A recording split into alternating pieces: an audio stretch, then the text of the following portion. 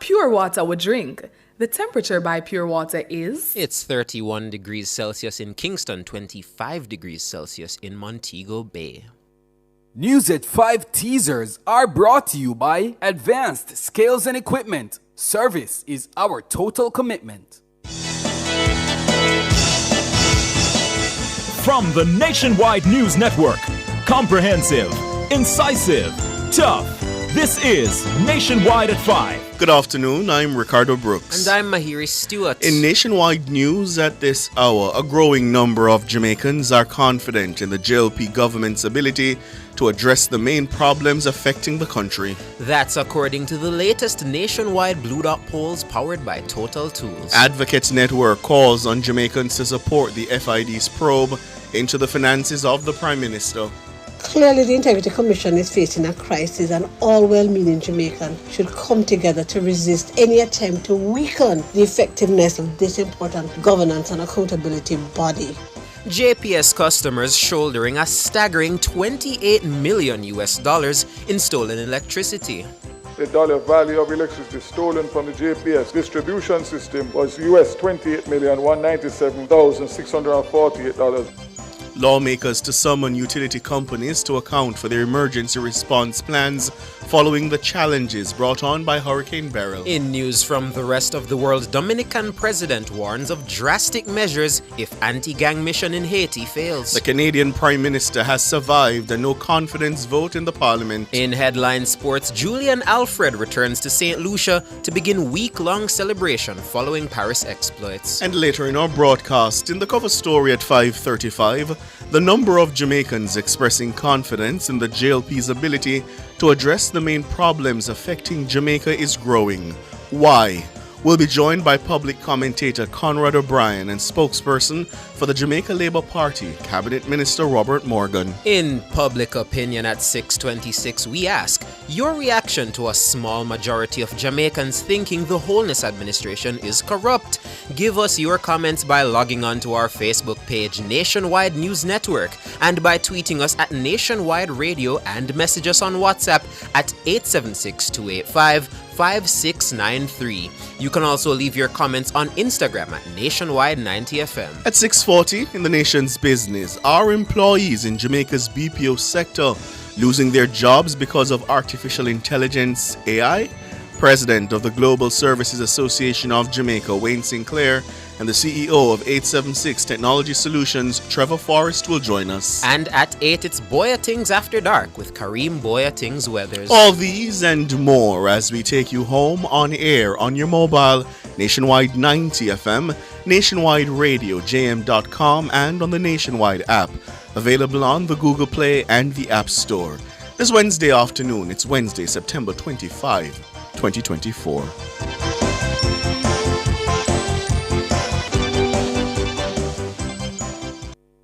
News at 5 teasers were brought to you by Advanced Scales and Equipment. Service is our total commitment.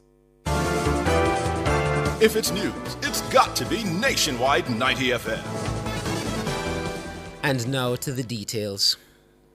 The Nationwide Blue Dot polls, powered by Total Tools. Total Tools, they almost always have it.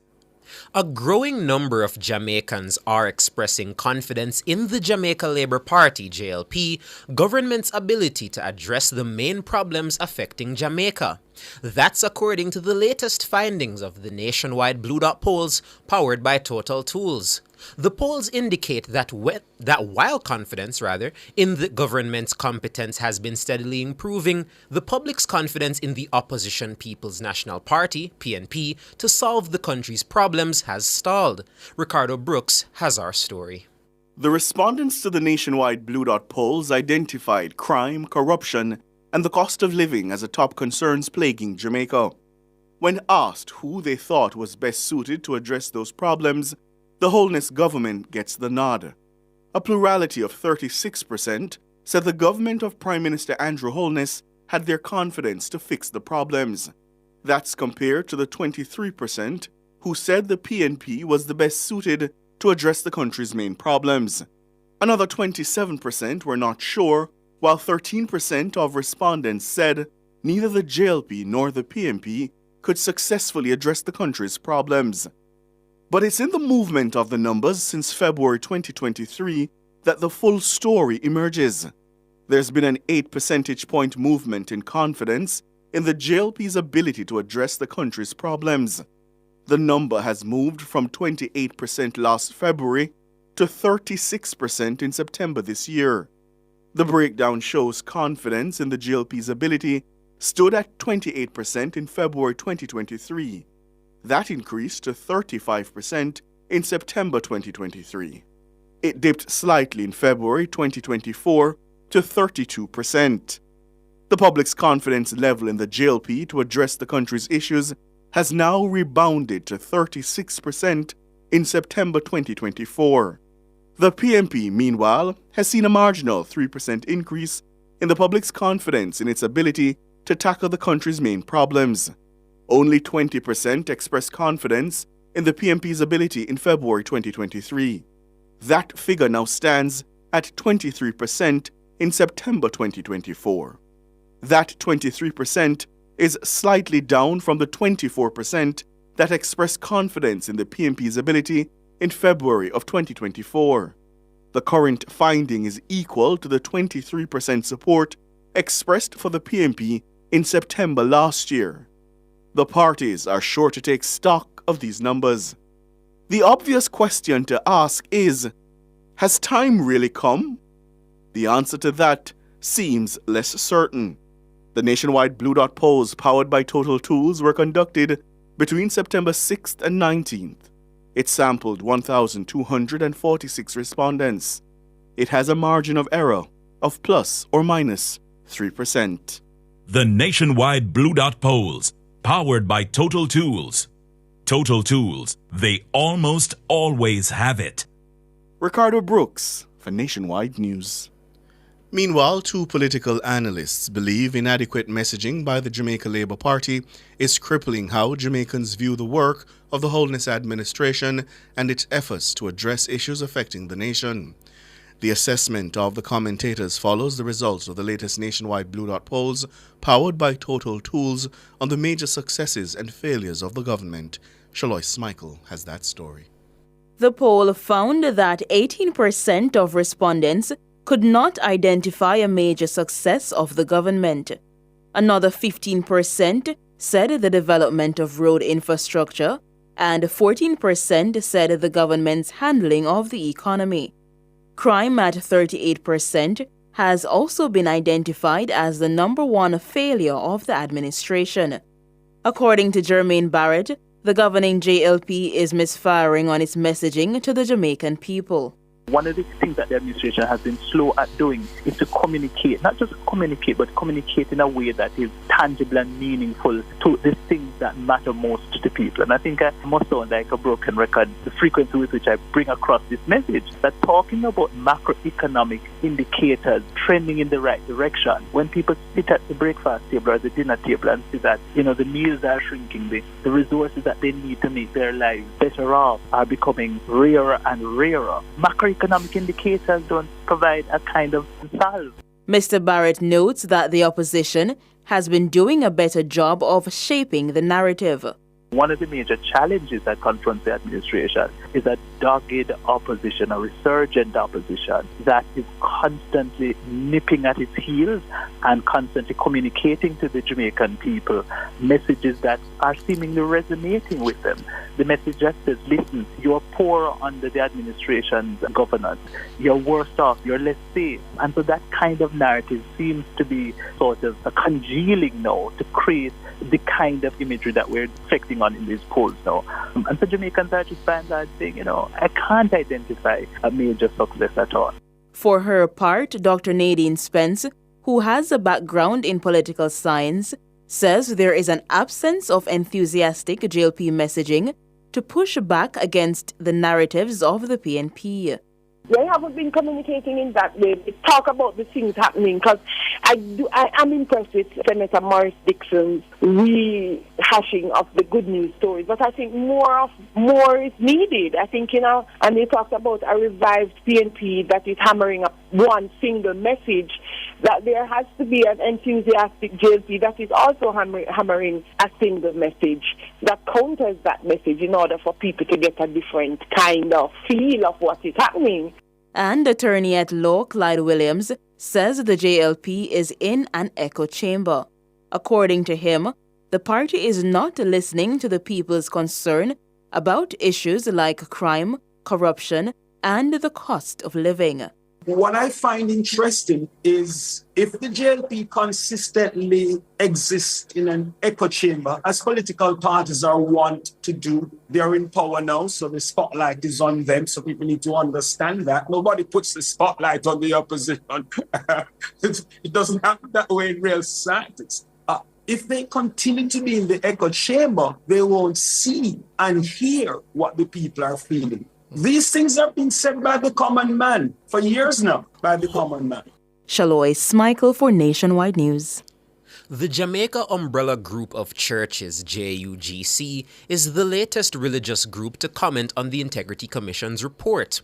Earlier today, the Jamaica Council of Churches, JCC, called for patience as it relates to the process of certifying the Prime Minister's statutory declarations. JUGC is urging the Parliament to ensure the Integrity Commission's oversight is characterized by international best practices and the highest standard of objectivity. They are calling on all parliamentarians to sign the Leadership Code of Conduct on which their signatures were requested by the IC. JUGC says in the interest of public accountability, there should be no further delay in the process of signing the code by all members of the legislative and executive branches of the government. The group has highlighted that the Integrity Commission has a vital role in promoting transparency, accountability, and monitoring the conduct of public officials. It says with this in mind, any contemplation of changes in the operations of the Integrity Commission should be done after reflection and the involvement of civil society. They are encouraging political leaders and citizens to make responsible, constructive, and objective pronouncements. Civil society group The Advocates Network is calling on Jamaicans to support the Financial Investigation Division probe into the finances of the Prime Minister. The Integrity Commission, in its special report on Prime Minister Holness's assets and income, requested Parliament's support to refer the report to the FID. That special report was tabled in the Parliament last week. Norige Banton reports. On Wednesday, the Advocates Network described the ongoing situation surrounding the IC's investigations into the Prime Minister's statutory declarations as a crisis of integrity. It says it's deeply concerned about the integrity crisis Jamaica faces today. The Advocates Network says the revelations from the IC report and the response from legislators in the Commission's Oversight Committee in Parliament on Tuesday herald a troubling development in the governance and moral leadership of Jamaica. The network also made reference to the recently published nationwide Blue Dot poll powered by Total Tools. It says the findings, which indicate that 51% of Jamaicans believe Prime Minister Holness is leading an extremely corrupt government, are the latest evidence of distrust in political leadership. According to the group, moral leadership and compliance with the rule of law are now essential to restoring trust and confidence in the office of the Prime Minister. The Advocates Network is urging well-thinking Jamaicans to support the FID's investigation. Co-chair of the group, Dr. Anna Perkins, says the Integrity Commission Act must be strengthened in the fight against corruption. Clearly, the Integrity Commission is facing a crisis, and all well-meaning Jamaicans should come together to resist any attempt to weaken the effectiveness and impartiality of this important governance and accountability body. We again call for constitutional changes to curb cabinet and prime ministerial dominance of the Parliament. Without the credible constitutional reform instantiated in that and other changes, the distrust of the political class and the deep belief that many Jamaicans hold that some politicians are only looking out for themselves will only deepen and widen. Our democratic processes are in peril. The network says it's also in support of the Commission's call for Tax Administration Jamaica to assess the tax compliance of the relevant companies linked to the Prime Minister. The advocacy group also called for the Ethics Committee of Parliament to carefully examine the conflict of interest and abuse of authority issues raised in the IC report. The network ended its call by urging all parliamentarians to immediately sign the IC Code of Conduct. Nora Gay Banton for Nationwide News. You're listening to the news on Nationwide at 5. We'll have more after these.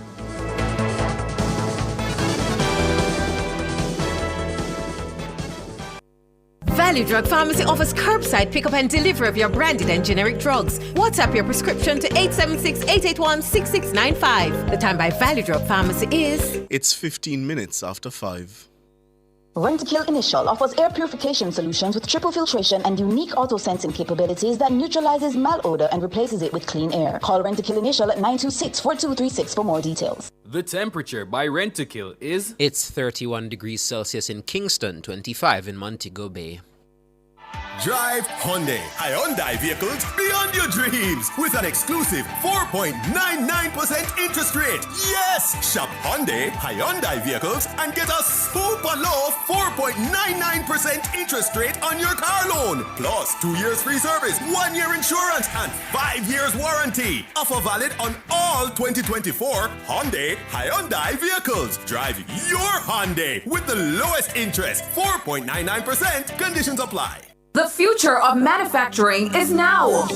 Join the Jamaica Manufacturers and Exporters Association, JMEA, in association with VM Group for an unforgettable evening on September 28, 2024 at the Jamaica Pegasus Hotel. They're celebrating the industry's brightest minds and the groundbreaking achievements shaping Jamaica's future. Request your tickets at bit.ly/2024 awards tickets or email awards@jmea.org to learn more. Let's witness the future. September 28 at 6:30 p.m., the Jamaica Pegasus Hotel. Continuing the news, customers are being asked to shoulder the weight of a staggering $28 million loss incurred by the Jamaica Public Service Company, JPS, as a result of electricity theft. This revelation came from Energy Minister Darrell Vaz as he addressed the House of Representatives on Tuesday. Despite the alarming figures, Minister Vaz assured that the government is actively working on a plan to curb electricity theft and reduce its impact on law-abiding customers. Siobhan Campbell tells us more. The $28 million loss, or roughly 4.3 billion Jamaican dollars, represents the staggering cost of electricity theft across the island. It amounts to approximately 20% of annual energy consumption. Minister Vaz, quoting figures from the Office of Utilities Regulation, detailed the breakdown for the 2023 period. In the documentation provided by the Office of Utilities Regulation, OUR, it was outlined that in 2023, the Jamaica Public Service experienced technical losses amounting to 7.67% and non-technical losses of 17.91%. Question B, can the Minister state the dollar value of percentage of electricity that is stolen from JPS Distribution Center? Respond, in the documentation provided by the Office of Utilities Regulation, it was outlined in 2023 that the dollar value of electricity stolen from the JPS distribution system was US $28,197,648, representing 19.82% of the total electricity distributed. However, this financial burden is not solely shouldered by the power company. Minister Vaz revealed that this hefty sum is being passed on to JPS's 692,000 paying customers. The cost spread across their monthly bills. In the documentation provided by the OUR, it was outlined that the Jamaican consumers bear the cost of both technical and non-technical losses of part of their electricity billing under the following components. 1. Technical losses. Consumers cover the extra fuel costs incurred due to technical losses through the fuel charge. B. The extra operational and maintenance expenses resulting from technical losses are included in the non-fuel portion of the bill. 2. Non-technical losses. The cost of non-technical losses related to fuel is recovered through the fuel charge, which is passes the fuel cost to the consumer, adjusted for any change in the heat rate. And B, the costs associated with non-technical losses are recouped through the energy and demand charges, which are adjusted annually based on JPS's performance in the previous year.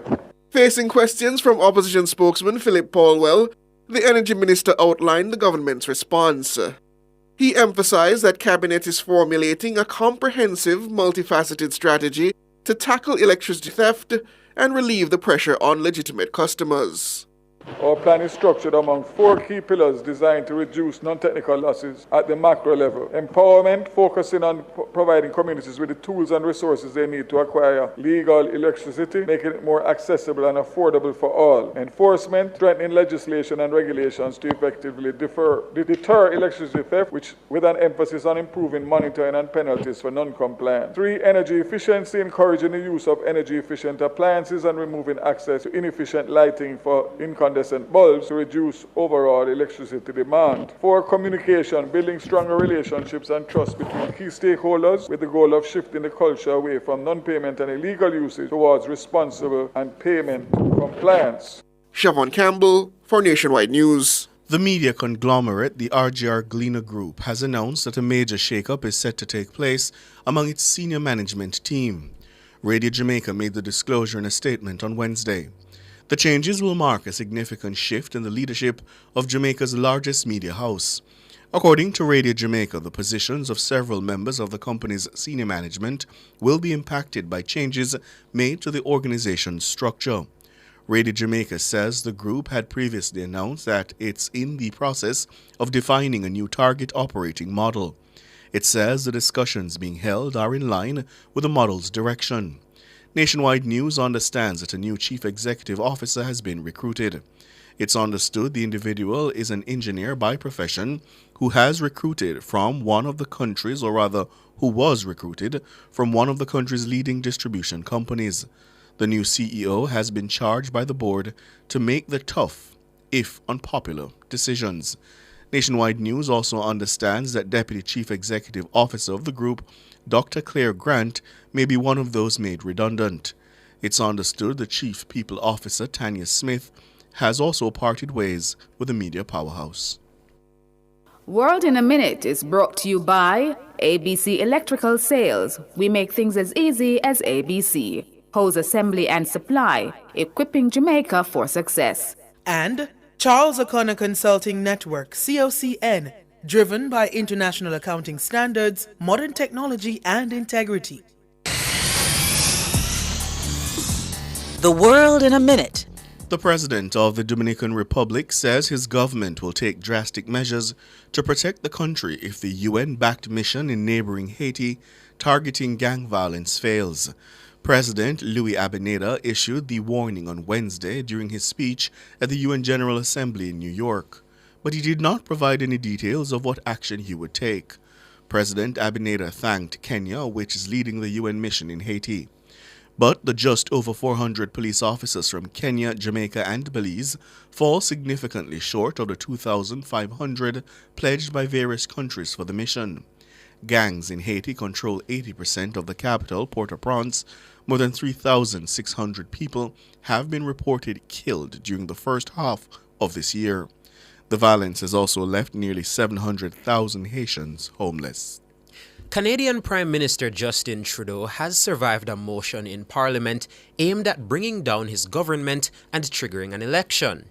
Wednesday's no-confidence vote is the first in a series of similar votes expected to be put forward by the opposition Conservative Party amid Trudeau's plummeting approval ratings. The motion failed after the opposition leader fell short in his effort to shore up support from leaders of 2 other political parties in Parliament, the New Democratic Party and the Bloc Québécois. Trudeau, who has been Canada's Prime Minister for 9 years, has been leading under a minority government.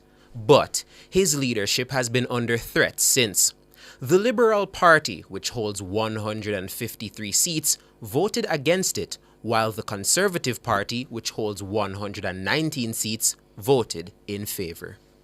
World in a Minute was brought to you by ABC Electrical Sales. We make things as easy as ABC. Hose assembly and supply, equipping Jamaica for success. And Charles O'Connor Consulting Network, COCN, driven by international accounting standards, modern technology, and integrity.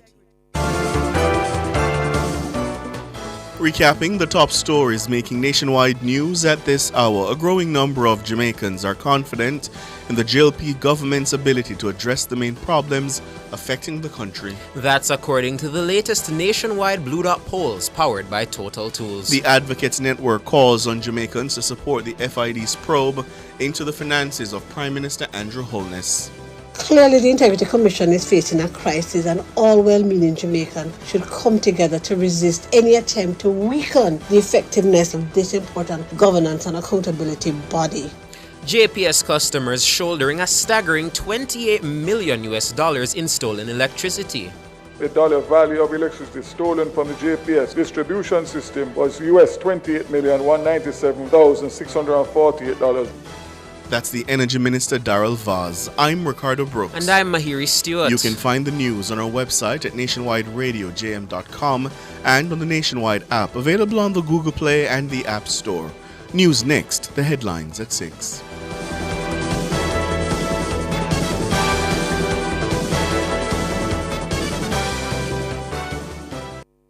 You want to play all your favorite Supreme Ventures games like Cashpot and Lotto in a one place? Plus bet on sports with Just Bet and horse racing with MBet? Come take a step in at the new SV Games app. All of the games you love in a one place. Step in and play all your numbers. Bet on all your sports and get enough chances to win in the only gaming app you need. SV Games from Supreme Ventures. Visit supremegames.com to download the SV Games app. More ways to bet, more ways to win at your fingertips. Must be 18 years or older to play.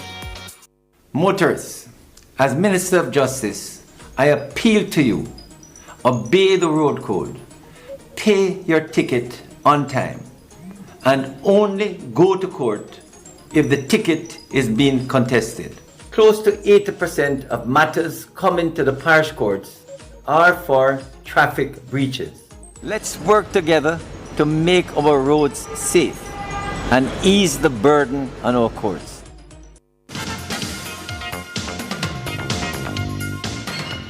Good afternoon with your sports report. I'm Alrix Raby. We start with the latest in Issa Manning and the Costa Cup games being at the moment. Jamaica College are holding a 7-0 lead over another former champion, Bridgeport, in a game switched to the Ashenheim Stadium due to a waterlogged field at Dunbeholden. Meadowbrook are trailing Kingston College 4-0, Excelsior are 8-0 up on Pembroke. Camperdown leads 1-0 over Vauxhall. Stats have a similar lead over Haile Selassie. Ozamarty lead Cumberland 2-0 and Campion College lead Penwood 1-0. In the DaCosta Cup, Monroe leads Magotty 1-0, Titchfield leads Horace Clark 3-0 and Stedts trail Newell 1-0. Now, CONCACAF announced the date for the 2025 CONCACAF Gold Cup and the identity of the 14 stadiums in the United States and Canada that will host the competition's matches. The 18th edition of the competition will be played next summer between June 14 and July 6 and will feature 16 men's national teams.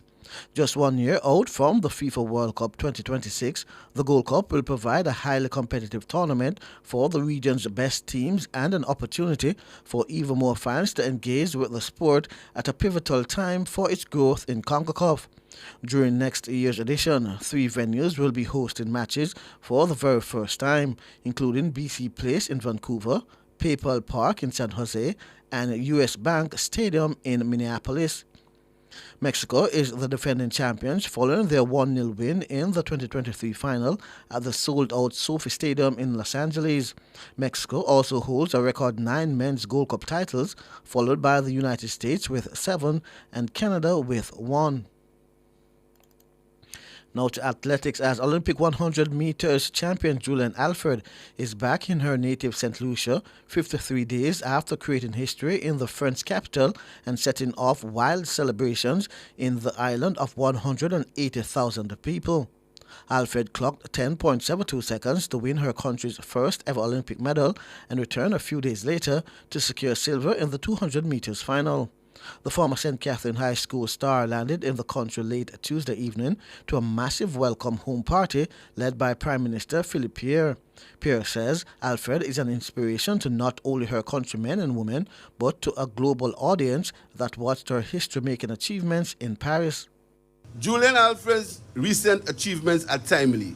They have provided us with much-needed opportunity to renew our pride in our country. Julian has demonstrated mental fortitude, discipline, and a determination to succeed that is inspirational. We must not allow the hope she has provided to our youth to be overshadowed by self-doubt and a sense of inadequacy. Our small size as a country must not be permitted to be an impediment to world-class achievements. Alfred, who earlier this year won the World Indoor 60 meters title, her country's first ever global athletics medal, says her journey to the pinnacle of global athletics was helped by many. So many people have guided me along the way and helped me to get to this point, and I really just want to say thank you to all of you. Even those I haven't mentioned, I just want to say thank you. It's there for such a long time, just being an inspiration to the youth of St. Lucia, wanting to give back and just wanting to, inspire them so we can have many more Leuven Spencers and many more Darren Sammys and many more like myself. It didn't come easy. It was truly a rocky road. Many days I wanted to just give up, throw in the towel and just say I'm done. But my village, those persons who are around me, I just want to say thank you for just everything that you have done for me. Julian Alfred. Now the week of celebration will culminate in a grand event at the Darren Sammy Stadium on Friday, September 27, which is designated Julian Alfred Day. The country will learn at that event the special gift the government of St. Lucia will present to the newly minted Diamond League champion. I'm Alric Swiby, and that's your sports.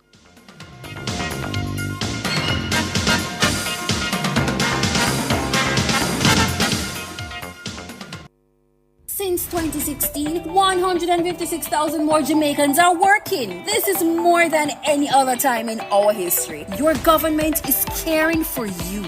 The time brought to you by the Office of the Prime Minister is 5:31. Yes, Kemlani Mart is making deals. Really? Deals like what? On scratch, dented, new furniture and appliances. Oh, that's great. And that's not all. Kemlani Mart has tiles, toilets, doors at crazy low prices. So I can make a deal on a sofa set? Of course, and dining room sets, outdoor furniture, ACs and more. No reasonable offer will be refused. Only at Kemlani Mart, Manor Center and 77 King Street. I love this place, you see.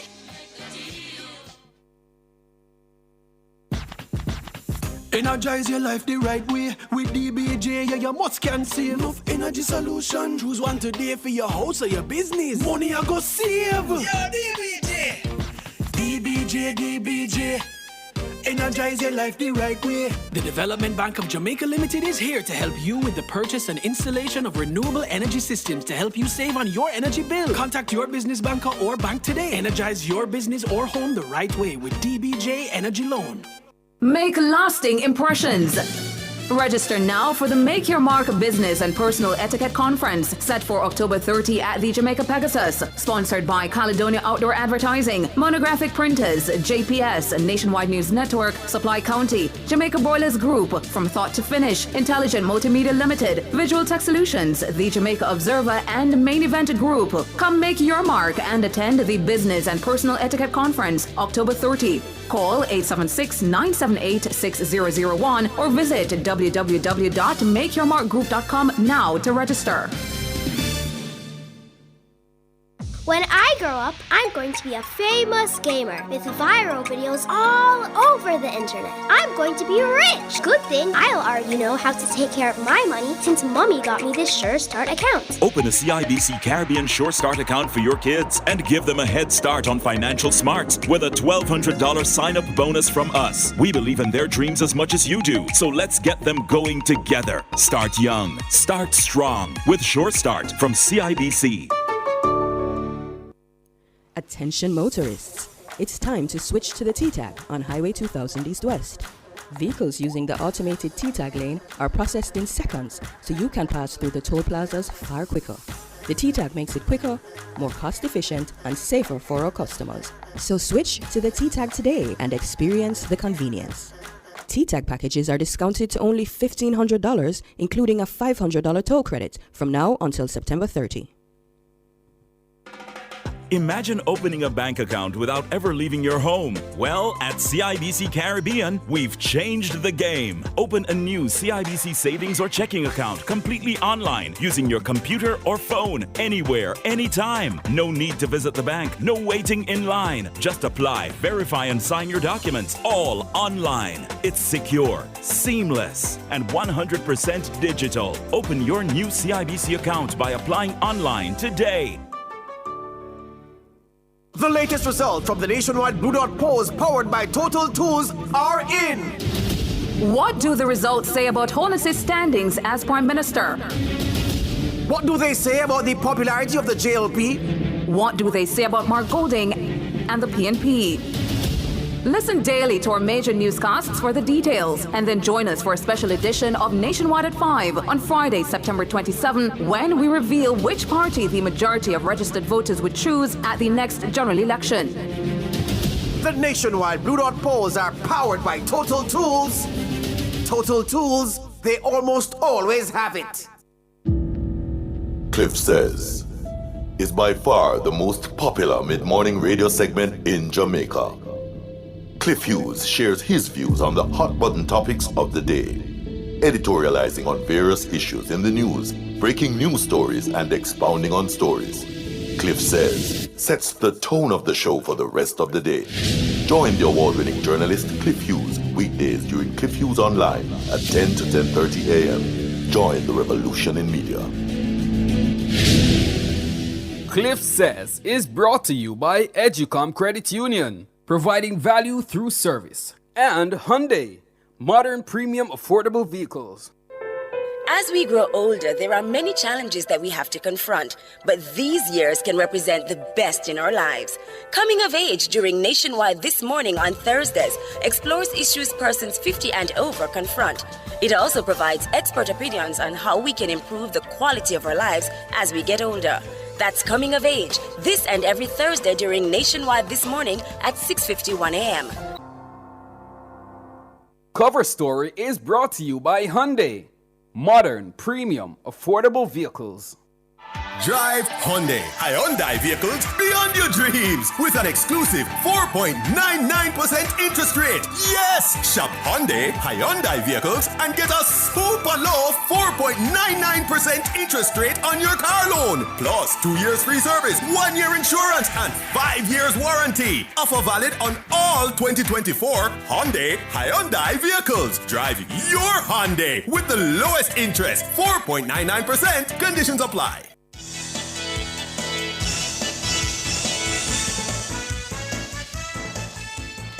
A very good afternoon to you. Thank you so much for staying with us here on Nationwide at 5. It's time for the cover story. I'm Ricardo Brooks. And my name is Sanjay Lewis. How are you, Ricardo? I'm doing all right, my brother. How are you? I'm good.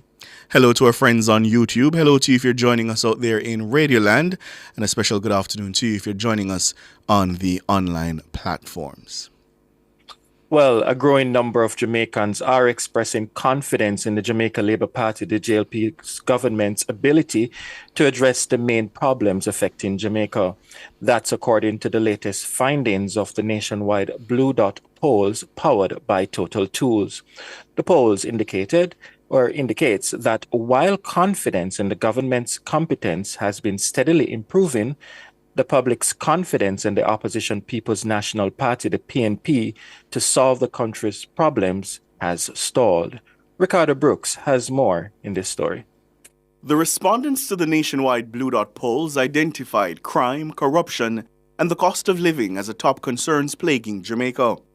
When asked who they thought was best suited to address those problems, the Holness government gets the nod. A plurality of 36% said the government of Prime Minister Andrew Holness had their confidence to fix the problems. That's compared to the 23% who said the PNP was the best suited to address the country's main problems. Another 27% were not sure, while 13% of respondents said neither the JLP nor the PNP could successfully address the country's problems. But it's in the movement of the numbers since February 2023 that the full story emerges.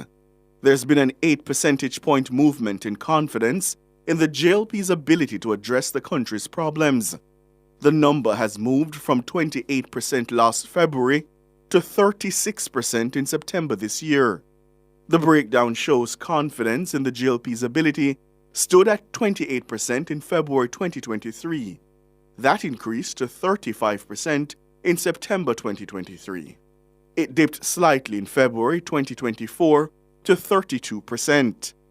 The public's confidence level in the GLP to address the country's issues has now rebounded to 36% in September 2024. The PMP, meanwhile, has seen a marginal 3% increase in the public's confidence in its ability to tackle the country's main problems. Only 20% expressed confidence in the PMP's ability in February 2023. That figure now stands at 23% in September 2024. That 23% is slightly down from the 24% that expressed confidence in the PMP's ability in February of 2024. The current finding is equal to the 23% support expressed for the PMP in September last year. The parties are sure to take stock of these numbers. The obvious question to ask is, has time really come? The answer to that seems less certain. The nationwide Blue Dot polls powered by Total Tools were conducted between September 6th and 19th. It sampled 1,246 respondents. It has a margin of error of plus or minus 3%. The nationwide Blue Dot polls, powered by Total Tools. Total Tools, they almost always have it. Ricardo Brooks for Nationwide News. With us now to discuss, we're being joined by spokesperson for the Jamaica Labour Party, the Cabinet Minister, Robert Morgan. Good afternoon, Mr. Morgan. Hi, good afternoon, Siobhan, and good afternoon, Sanjay. So it's actually good evening to your listeners. It's actually Ricardo. Good afternoon, Minister. My apologies, Ricardo. My apologies. Not a problem. So I admit that when I looked at these numbers, I thought to myself, it seems the Jamaican people are generally dissatisfied with where the country is, the state of the country, but they're really choosing the Jamaica Labour Party by default because they don't think the PMP presents a viable alternative in a lot of what we're seeing so far in this data. Is that the way you see it? I don't see it like that. I look at the numbers, I look at what has been taking place over the last 8 years, and I look at the significant developments in the country. For example, the unemployment rate, over 164,000 new jobs, persons have been employed since we came into office in 2016. If you look at the infrastructure that we've put in, if you look at the hospitals we're building, if you look at the interventions we have made, whether it be through COVID, whether it be through burial, you can see that it's a government that cares and it's a government that's really trying to solve some of the most challenging problems that we have that has been around for many decades. I'll be the first to tell you, and the party will admit, that Jamaica is not perfect. We have a lot of challenges, for example, crime. But you can see that we're doing a lot of work, the most significant investment in the infrastructure for the police ever. And when we came into power, the JDF had one boat to do border security. Now they have about 5, or I think about 7. They had about 3 helicopters. Now they have 11. The police when we came in, the police ballistic vests were expired. We have refreshed those and given them quality uniforms, quality protective gear. So the people of Jamaica recognize that this is a government that is trying and this is a government that is working in their best interest. They also recognize that we're not a perfect government. And we'll be the first to admit, but we are trying government and a government that demonstrates sincerity and accountability to them. But there seems to be a disconnect, though, Minister, because earlier this week, one of the poll findings indicated that majority of those that were polled said that the country is heading in the wrong direction. And they're also saying the government is corrupt. Yet still, they're saying the JLP is the best party to address the issues in the country. So isn't it the same thing that Ricardo just mentioned, that they're choosing the JLP by default because they're not confident within the PNP? Well, I'm happy that the people are willing to give us an opportunity to fix the things that they perceive we are doing wrong.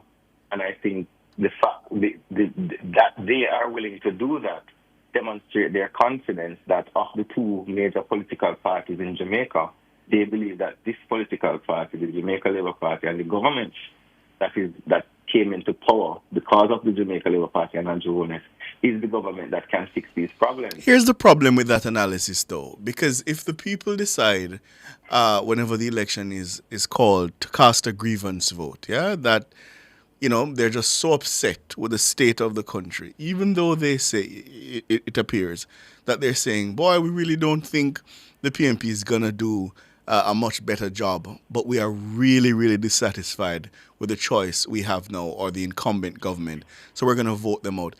Doesn't that pose a real risk? That is something that we have to debate from a governance perspective, from a democracy perspective. But the bigger point I'm trying to make is that we have had some really challenging times over the last 4 years. COVID is a big deal. Significant fall off in investment into the country. Hundreds of thousands of persons lost their jobs. The mental trauma that impacted our children, the damage to our education system. We just recently had a hurricane where several parishes were almost totally devastated. South St. Elizabeth is still recovering. Southern Clarendon is still recovering. So too South Manchester. So we have to recognize the context in which these feelings are. And we have to respect the feelings as well. But we also, as a government, have to commit to doing better for the people.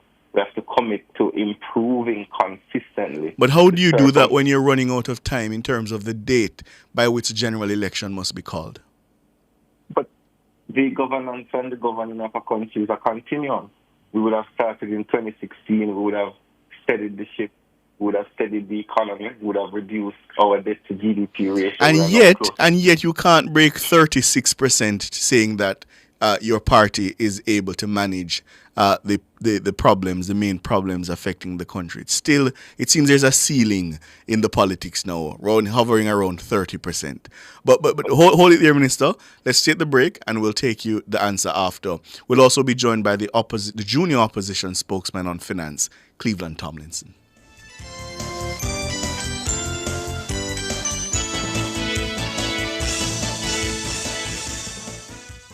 Clearing personal, non-commercial shipments at the port? Avoid the wait. Request a contactless clearance through your agent today. It's more efficient. It's secure. The time by the Jamaica Customs Agency is 5:47. Upgrade your kitchen and bathroom to the next level with Unique Living. They're the ultimate destination for all your kitchen and bathroom needs, from luxurious shower systems to exquisite faucets, vanities, sinks, toilets, closets, and more. They have it all. Visit shop number 6, 30 Dunrobin Avenue, Kingston 10, or call them at 876-755-3661. Elevate your space with Unique Living, where quality meets expectations. On Sunday, August 11th, in the quiet community of Cherry Tree Lane in Clarendon, our entire nation was shaken by a brutal act of violence. Gangsters mercilessly took the lives of 8 innocent Jamaicans, including a 7-year-old boy. These criminals will strike again, destroying more families and more communities, unless we stand together to stop them. If you have any information that can help bring these killers to justice, please share it with the security forces. The government has established a reward fund of $25 million for information leading to the arrest and charge of the perpetrators who committed this heinous act, the facilitators who supplied them with arms, intelligence, and transportation, and those who harbor and protect these criminals after the crime. If you know something, please say something. Call Crime Stop at 311. Mocha at 888-6622-847, NIB at 811, or JDF at 837-8888. Together, we will defeat gangs and develop a culture of peace in our country. The proceeding was brought to you by the Ministry of National Security. Freedom, speed, agility, intelligence, friendship. These are the hallmarks that define the dolphin, the master of the seas, and are the hallmarks that inspire Sterling Asset Management, For over 20 years, we have provided investment products that give our clients financial freedom, and our service is fast, insightful, warm, and genuine. Sterling Asset Management, intelligent investing for the intelligent investor. Make lasting impressions. Register now for the Make Your Mark Business and Personal Etiquette Conference set for October 30 at the Jamaica Pegasus. Sponsored by Caledonia Outdoor Advertising, Monographic Printers, JPS, Nationwide News Network, Supply County, Jamaica Broilers Group, From Thought to Finish, Intelligent Multimedia Limited, Visual Tech Solutions, the Jamaica Observer, and Main Event Group. Come make your mark and attend the Business and Personal Etiquette Conference October 30. Call 876-978-6001 or visit www.makeyourmarkgroup.com now to register.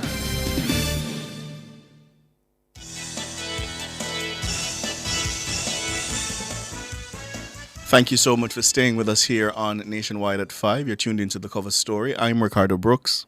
And my name is Sanjay Lewis, and we're speaking to the spokesperson for the JLP, is also a government minister, Robert Morgan. And we're also joined by Cleveland Tomlinson, and he is the junior spokesperson on finance. And just before the break, Minister, you were asked a question, and I'm giving you the opportunity to respond. And I can repeat the question for you, Minister. Why is it, after that litany of successes you've laid out, it seems that there's a ceiling hovering around 30-40%, that, to be fair, not just the JLP, but the PNP as well, you just can't break through it?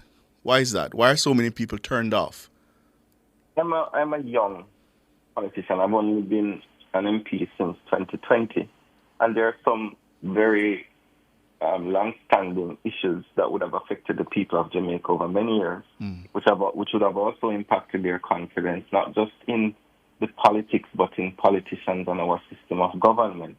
We have done a lot of work to try and improve that perception and that reality, but there's still a lot of work to do to improve the perception of politics within the society. I think there are a lot of persons who sometimes do not fully appreciate the full definition of what governance and political action and government is. And I think there has been a failure over the decades for governments to engage with the population in a meaningful way to build their understanding and educate them as to the accountability that is required, both from the citizen and from the politician's perspective. A lot of these challenges impact in the long term. What we have tried to do is we have tried to be more open. We have tried to be more accountable. Never before in the history of Jamaica have we had an integrity commission which could have published a report that it has published without any question as to whether there was interference by the government or any politician.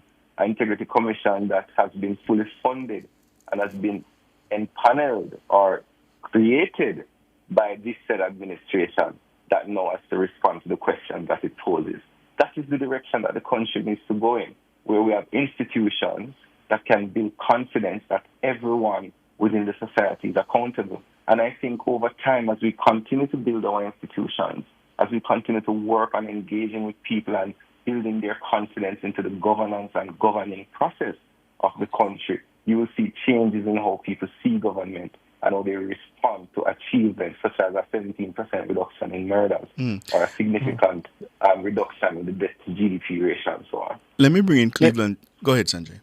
Yeah, I'm going to bring you in Cleveland because with all that is happening with the governing JLP, only 23% of those polled believe the PNP is the best party to address the issues in the country. What do you think is accounting for this? And the same question that Ricardo posed, is it that the PNP has reached a ceiling and unfortunately is not able to move beyond the 23%? Hey, thank you, Ricardo and Sanjay, for having me. It's an interesting bit of data. I just received it, so I haven't had a chance to interrogate it fulsomely.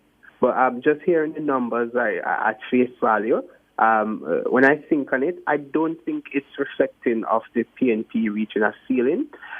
When we look at it, and just look at human experiences and just people in general, when they are accustomed to something, which is the government. They are accustomed to the government over the last 8 years. When you're asking someone to choose an alternative, to switch from something to another thing, people usually want to be very sure that you have all the plans laid out, all the details. People want a lot more from you.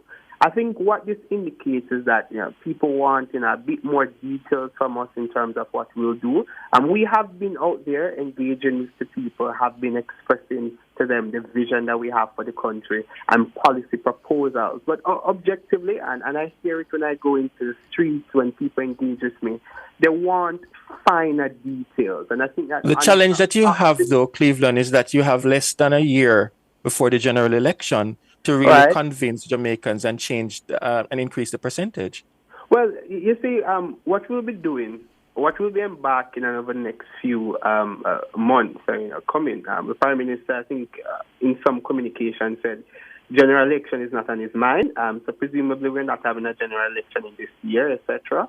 I think we will embark on engaging with the people, letting them know that we have built out the plan, and this is how we'll be doing a lot of the things. Because what we have done is to provide them with the macroscopic path, the picture, the vision that we want. But as I was expressing earlier, I think people want to know how things connect and a bit more details. They want finer expressions of how we will achieve some of the things. And we have had that deliberation, those discussions internally, and we'll be altering and sharpening our communication so that they can see how we will achieve this. And I think that when that is done, we'll certainly be lifted far above the 23% that this poll is showing that we're at. I think that's fair and sober analysis, Cleveland. But then it begs the question, doesn't this suggest, these numbers and all that you've said, that people want more, doesn't that suggest that the time has not yet come? No. I would not draw that conclusion. But if the people want more from you, it means that they're not sold that the time is up on the JLP. No. When we say time come, we mean time come to change the lever and to fix many of the challenges that the people express that they're facing. And they don't believe that your party can do that. The person to do it, yeah. And I've expressed that they want greater details from us, but that is not indicative that time has not come for the issues to be resolved. Yeah, but wouldn't you say, though, Cleveland, Mark Golding has been on the road for a very long time. This conversation about the messaging from the PNP. I'm saying Mark Golding has been on the road for a very long time. When he became party leader, he did a road tour across several parishes talking about the messaging of the PNP, and it still seemed to be falling flat. So something seems to be wrong. Well, if we are to be very objective and fair to the PNP, you would recall that coming out of the 2020 elections, general elections, we were battered, and the party was largely divided. The year and two subsequent to that election was spent rebuilding the party, fixing the structures of the party. We had a new secretariat, we had a new leader. So a lot had to do to rebrand the party and to fix the internal architectures of the party. Because before you can take to the people that you're going to fix their issues, the people must see that you're fixing yourself first.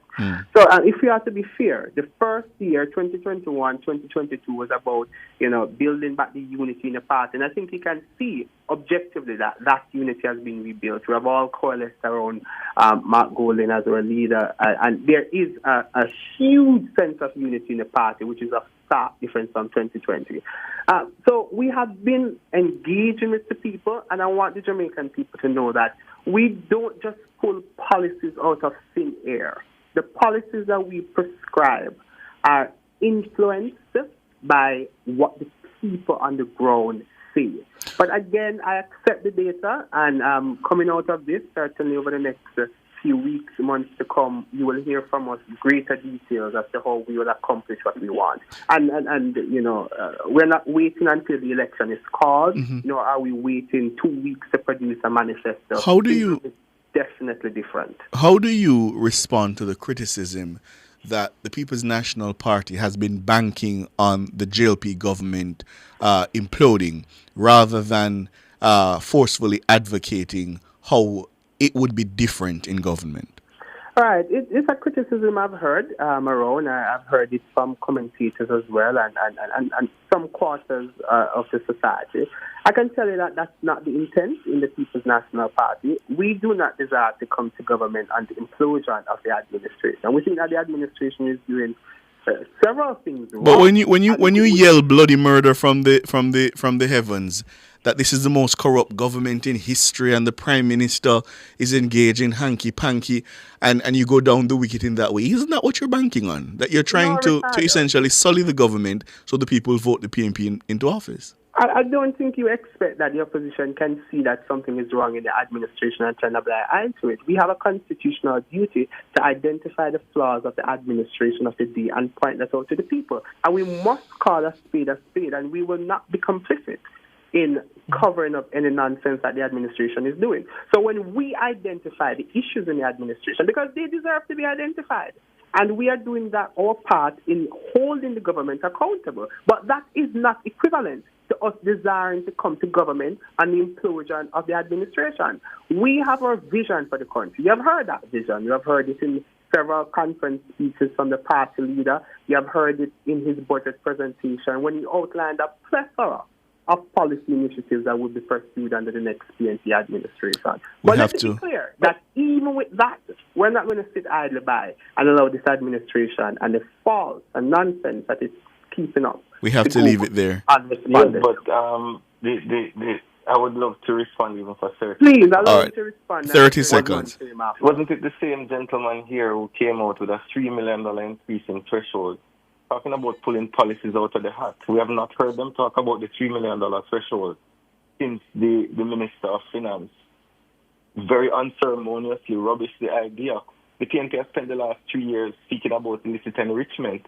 We have not seen the illicit enrichment that they have spoken about. They have not spent the time articulating policies to the people that can make their lives better. Instead of coming with a plan for the people at their conference, all we saw was a rehash and a relabeling of a lot of the things that the government has been doing. If you were born in 1989 before the and time expired, that's rubbish. Hold on, Cleveland. Hold on. Let him finish the point, and I'll allow you to respond. If you were born in 1989, you would have been under 18 years of a PNP government up until 2007. You would have recognized and seen so much trauma and destruction to the Jamaican economy, the highest murder rate in the world. Nonsense. People do not forget those things. People have some manners, please. I beg you. People do not forget those things. And I think that our government has articulated some very comprehensive policies that have led to the improvement of the lives of people in Jamaica. We're not the ones who have said it. International media, local media have said it. Let me hear his response now, Minister, because I really up on the clock. Go ahead, Cleveland. Ricardo, the greatest social transformation that this country has ever experienced is under the People's National Party and under those 18 years of the PNP. Almost every single institution that this administration uses to deliver whatever benefit to the people of Jamaica was created under the People's National Party. The Tourism Enhancement Fund, the Jamaica Urban Transit Company. We can identify several initiatives that existed or were created by the PNP that exist today, the Universal Service Fund. What kind of nonsense is Robert Nestor Morgan talking about? And the PNP we have to leave it there, though. Outlined a plethora of initiatives that will be pursued under its next administration. Robert Nestor Morgan says the JLP is engaged in heavy lifting and they're doing the hard work. Cleveland Tomlinson says the People's National Party needs more time to flesh out its policy and present them to the Jamaican people. You can make up your mind. 3 minutes after 6, it's time for the headlines.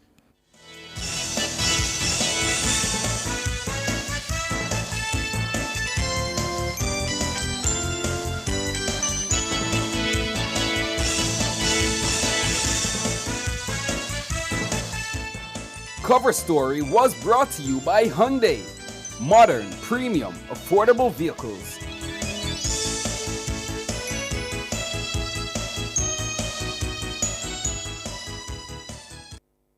The time brought to you by Guardian Life. Live secure, live easy is 4 minutes after 6.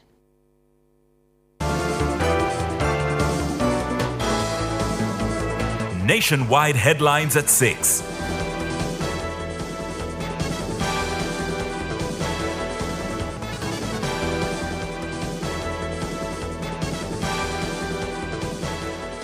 Good evening with the headlines at 6. I'm Shalois Michael. Two political analysts believe inadequate messaging by the JLP is crippling how Jamaicans view the work of the Wholeness Administration and its efforts to address issues affecting the nation. The assessment follows the results of the nationwide Blue Dot polls powered by Total Tools on the major successes and failures of the government. According to Jermaine Barrett, the governing JLP is misfiring on its messaging to the Jamaican people. One of the things that the administration has been slow at doing is to communicate, not just communicate, but communicate in a way that is tangible and meaningful to the things that matter most to people. And I think I must sound like a broken record, the frequency with which I bring across this message, that talking about macroeconomic indicators trending in the right direction, when people sit at the breakfast table or the dinner table and see that, the meals are shrinking, the resources that they need to make their lives better off are becoming rarer and rarer. Macroeconomic indicators don't provide a kind of salve. Jermaine Barrett, political commentator. For her part, Dr. Nadine Spence says there is an absence of enthusiastic JLP messaging to push back against the narratives of the PNP. They haven't been communicating in that way. They talk about the things happening because I am impressed with Senator Morris Dixon's rehashing of the good news stories. But I think more is needed. I think, and they talked about a revived PNP that is hammering up one single message, that there has to be an enthusiastic JLP that is also hammering a single message that counters that message in order for people to get a different kind of feel of what is happening. Dr. Nadine Spence, a political analyst.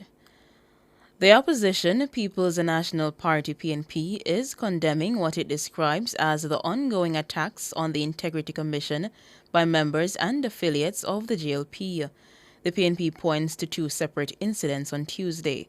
In the first incident, a small group of protesters, some clad in green, demonstrated outside the IC's new Kingston office.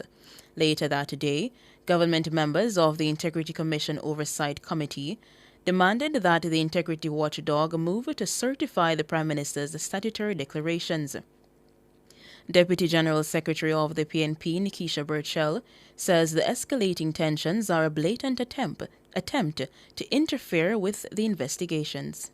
These efforts represent a blatant attempt to undermine the authority of the vital anti-corruption body, which is responsible for ensuring transparency and accountability in government. The recent calls by Justice Minister Delroy Chuck and Minister Pernell Charles Jr. to mandate the Integrity Commission to certify the Prime Minister's declarations despite his refusal to fully cooperate are highly inappropriate. And this sets a dangerous precedent of political interference in an independent investigative process.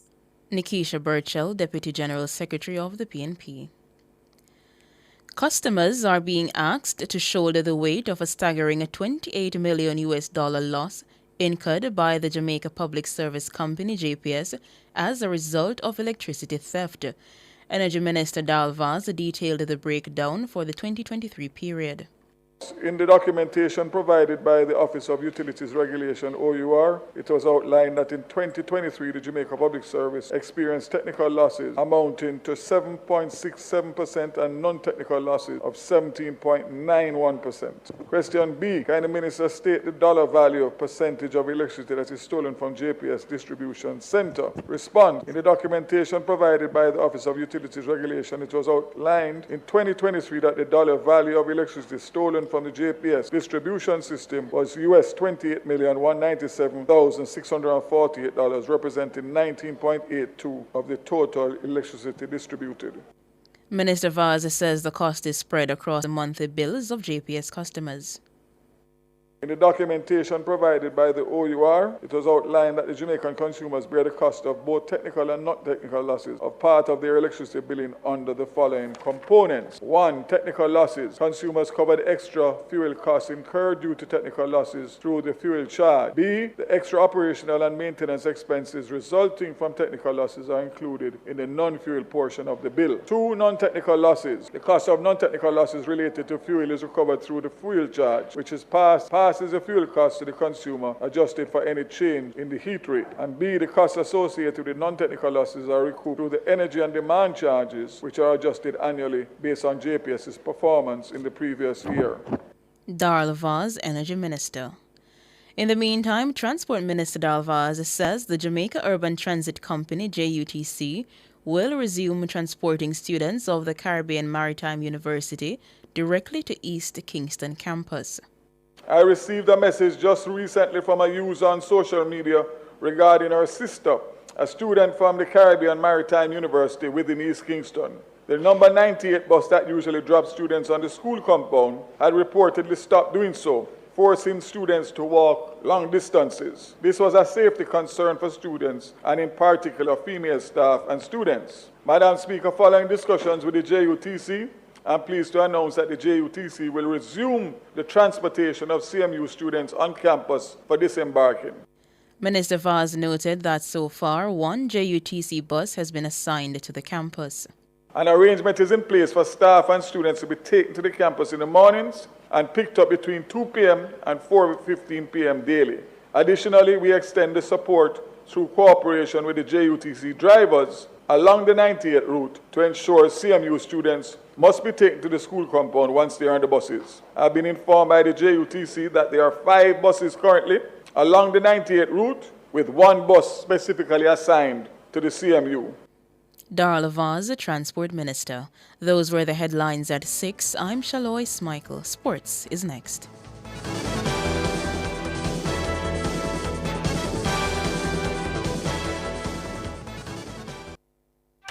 Are you burning up with this summer heat?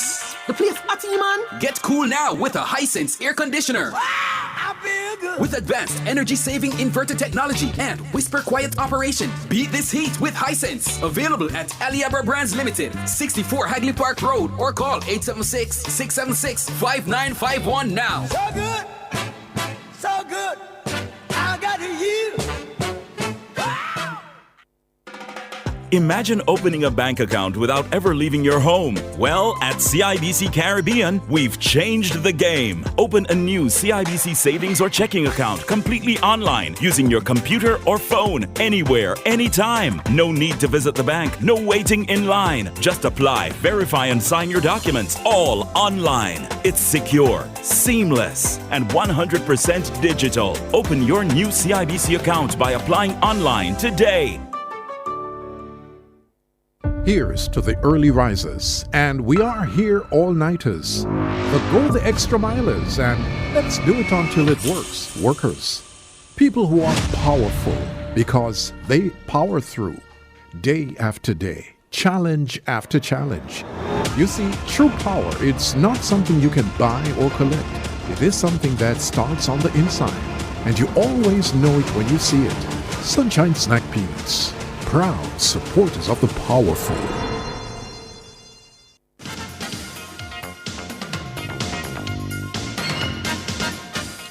Good evening with your sports report. I'm Alwix Baby. We start with some track and field as Olympic 100 meters champion Julian Alfred is back in her native St. Lucia 53 days after creating history in the French capital and setting off wild celebrations in the land of 180,000 people. Alfred clocked 10.72 seconds to win her country's first ever Olympic medal and returned a few days later to secure silver in the 200 meters final. The former St. Catherine High School star landed in the country late Tuesday evening to a massive welcome home party led by Prime Minister Philip Pierre. Pierre says Alfred is an inspiration to not only her countrymen and women but to a global audience that watch her history-making achievements in Paris. Julian Alfred's recent achievements are timely.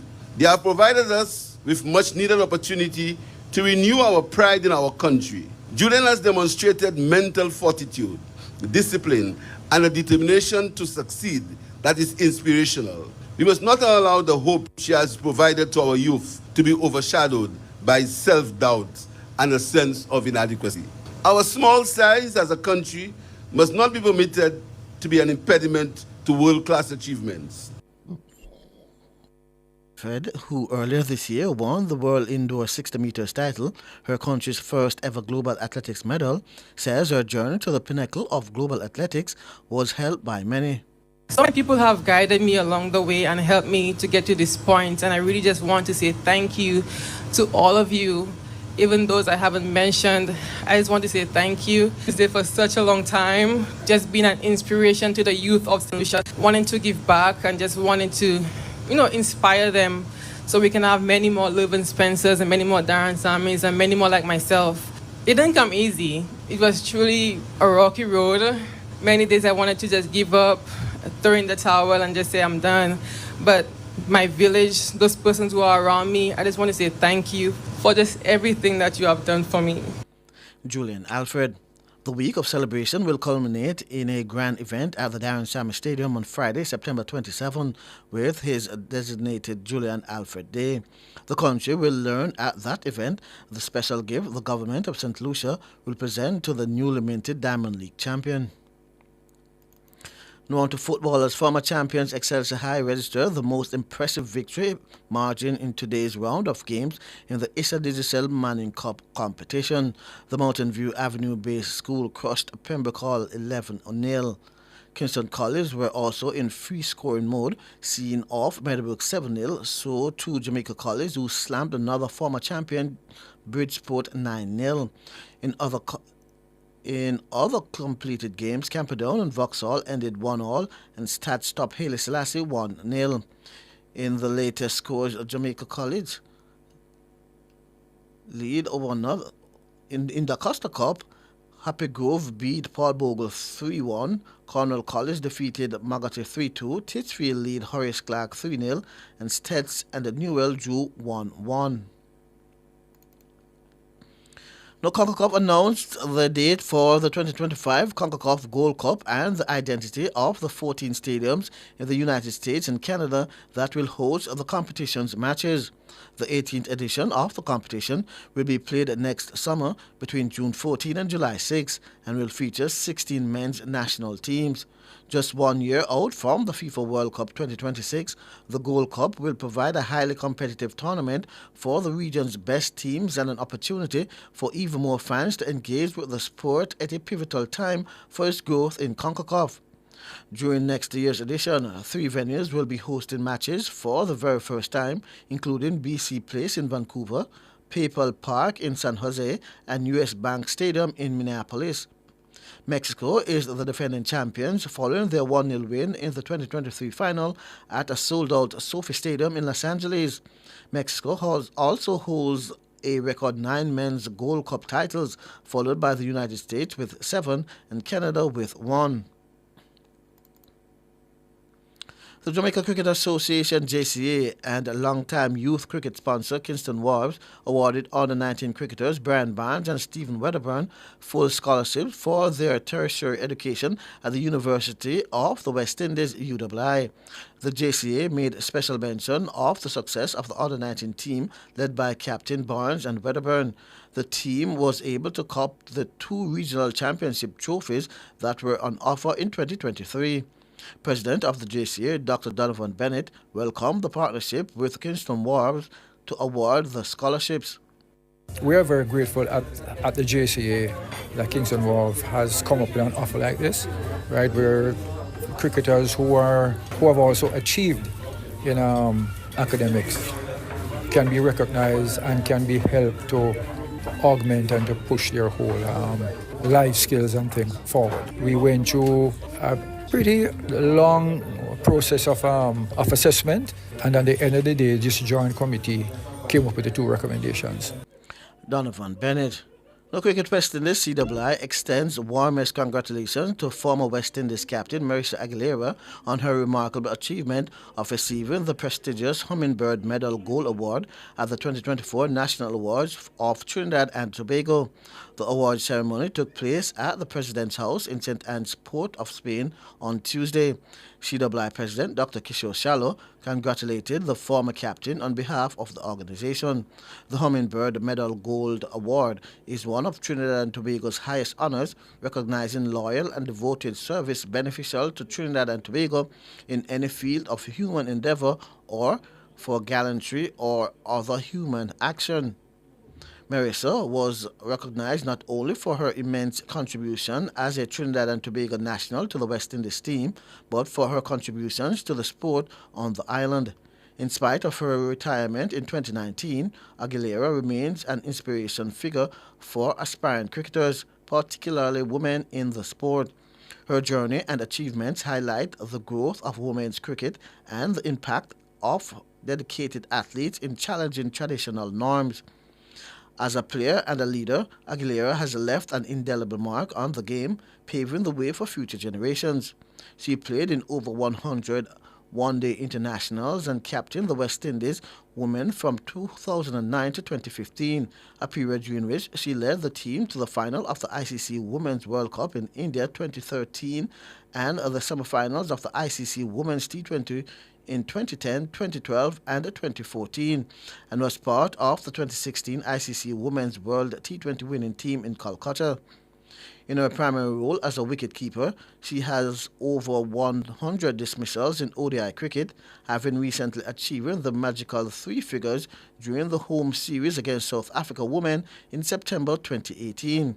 In addition, she has over 70 dismissals in T20 internationals from the 95 matches she has played, having made her ODI debut against the Netherlands in July of 2008 and her T20 international debut against South Africa in June of 2009. She played 112 ODI matches, amassing 1,752 runs and 95 T20 internationals, scoring 768 runs. In 2023, CWI Vice President Azim Bazarath and former West Indies two-time world champion Samuel Badri also received the Hummingbird Medal Gold Award. Dwayne Bravo has played his final match in the CPL. Bravo, who will turn 41 next month, had originally planned to retire after the end of CPL 2024, but a groin injury sustained while fielding against St. Lucia Kings on Tuesday has now ended his CPL career before the playoffs. The Kings won by 80 runs. Batting first, the Kings made 218 for 6 off their 20 over. Johnson Charles made 89, Captain Faf du Plessis 59, and Tim Seifert 30. TKR skipper Kieran Pollard finished with 4 for 38. Du Plessis had high praises for Charles. To outplay a strong team like that, you have to do a lot of things right. Lost the toss. I thought it will be quite challenging there in the beginning, but the way that we set up that power play, I thought Jono was excellent today, wasn't he? The way that he just put the spinners under the pressure. He's playing the best cricket I've ever seen him, so long may that continue. Bravo hurt himself when he attempted to take the catch off du Plessis in the 7th over. He immediately left the field after pulling up and didn't bowl a single over in what turned out to be his last CPL game. Bravo then returned to bat at number 11 in a TKR's failed chase of 219 in which they were bowled out for 138. He managed to face just one ball, which thud into his thigh and then retired hurt, struggling to fight off tears. TKR were also without Sunil Narayan for the match, with the mystery spinner working his way back from a quad strain. As for Andre Russell, who had a hamstring complaint at the start of the tournament, his workload is being managed. Russell pitched in with 2 overs on Tuesday, and with both Bravo and Narayan unavailable, Pollard brought himself into the attack and bowled his full complement of overs for the first time in the CPL since 2022. Obviously, I had to manage it, and it's good. It's good that you're in a position where you're qualified, as well. Yes, you want to finish in the top 2. You end up in a situation where you have to look around to see who can do the job for you going into the back end of the tournament. So I haven't been bowling much, recently. So again, it was a good sort of shift for me. And finally, Kimani Cobra Kirby and Lekola Newman are expressing confidence ahead of the Mayberry Investment Job for National Senior Championships at the AC Hotel on Saturday. Kirby will be competing in the men's light heavy bodybuilding and classic physique, while Newman will contest the body fitness and women's physique categories. After finishing second and third last year, Kirby is determined to improve on those performances. It was my first time competing last year. I took 7 weeks to prep for the competition, just made a split second decision, and I placed second in my weight class, and I placed third in classic physique. Since then, it's been a year of targeted nutrition, training, and recovery. I'm super confident going in. At the same time, I'm not underestimating any of my competitors. I'm more than hungry for that number one spot. Newman was the winner of the novice women's physique at the Novice Junior Classic and Elite Bodybuilding Championships in July. I am still confident in myself. At the end of the day, I really look at what my coach advises and stick to the routine, stick to the plan. It's really me against me, to be honest. Competitors are really good. They're looking fantastic, I'm not going to lie. I'm not scared, but the winner will come out on top. I wouldn't want it any other way but to compete against the best. Well, just based on my last competition, some of my competitors were like Nicole and so forth, and she came second to me. So definitely she would be one of them that would be in my rearview mirror, just looking out to see what she has going on. But like I said, still confident about myself, still confident about my training. Lee Cole and Newman, I'm Alex Swiby, and that's your sports.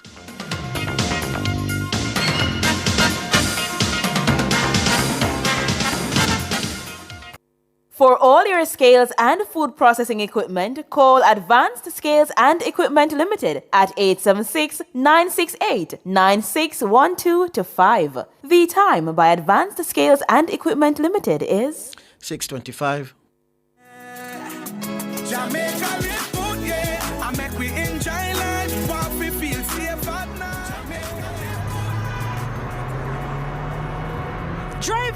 Driver, take time with me or let me out. Lady, relax yourself. Me a drive from me a youth. Me know what me a do. Hey, one stop in a driver. You know make me not live to see the rest of the day. Driver, I know you want your drive for, you know. Take time, man. You have to drive better, man. I not just feel me life. You might take all our life too. So me I beg you take time, man. And you know the right thing, you know, driver. See how much people dead on the road? Plus, remember, say police out there them new technology device for catch people who are drive fast. By the way, I hope you don't have no ticket, you know. Because remember, we have a new law. Why we not just do the right thing and make we live good? You know, sir, true not talk me passengers. Me have a youth who me want to live to see him grow. Look here, no man, easy on yourself. Me can take corrections. As for the new traffic ticket business, me no want no police give me no more traffic ticket.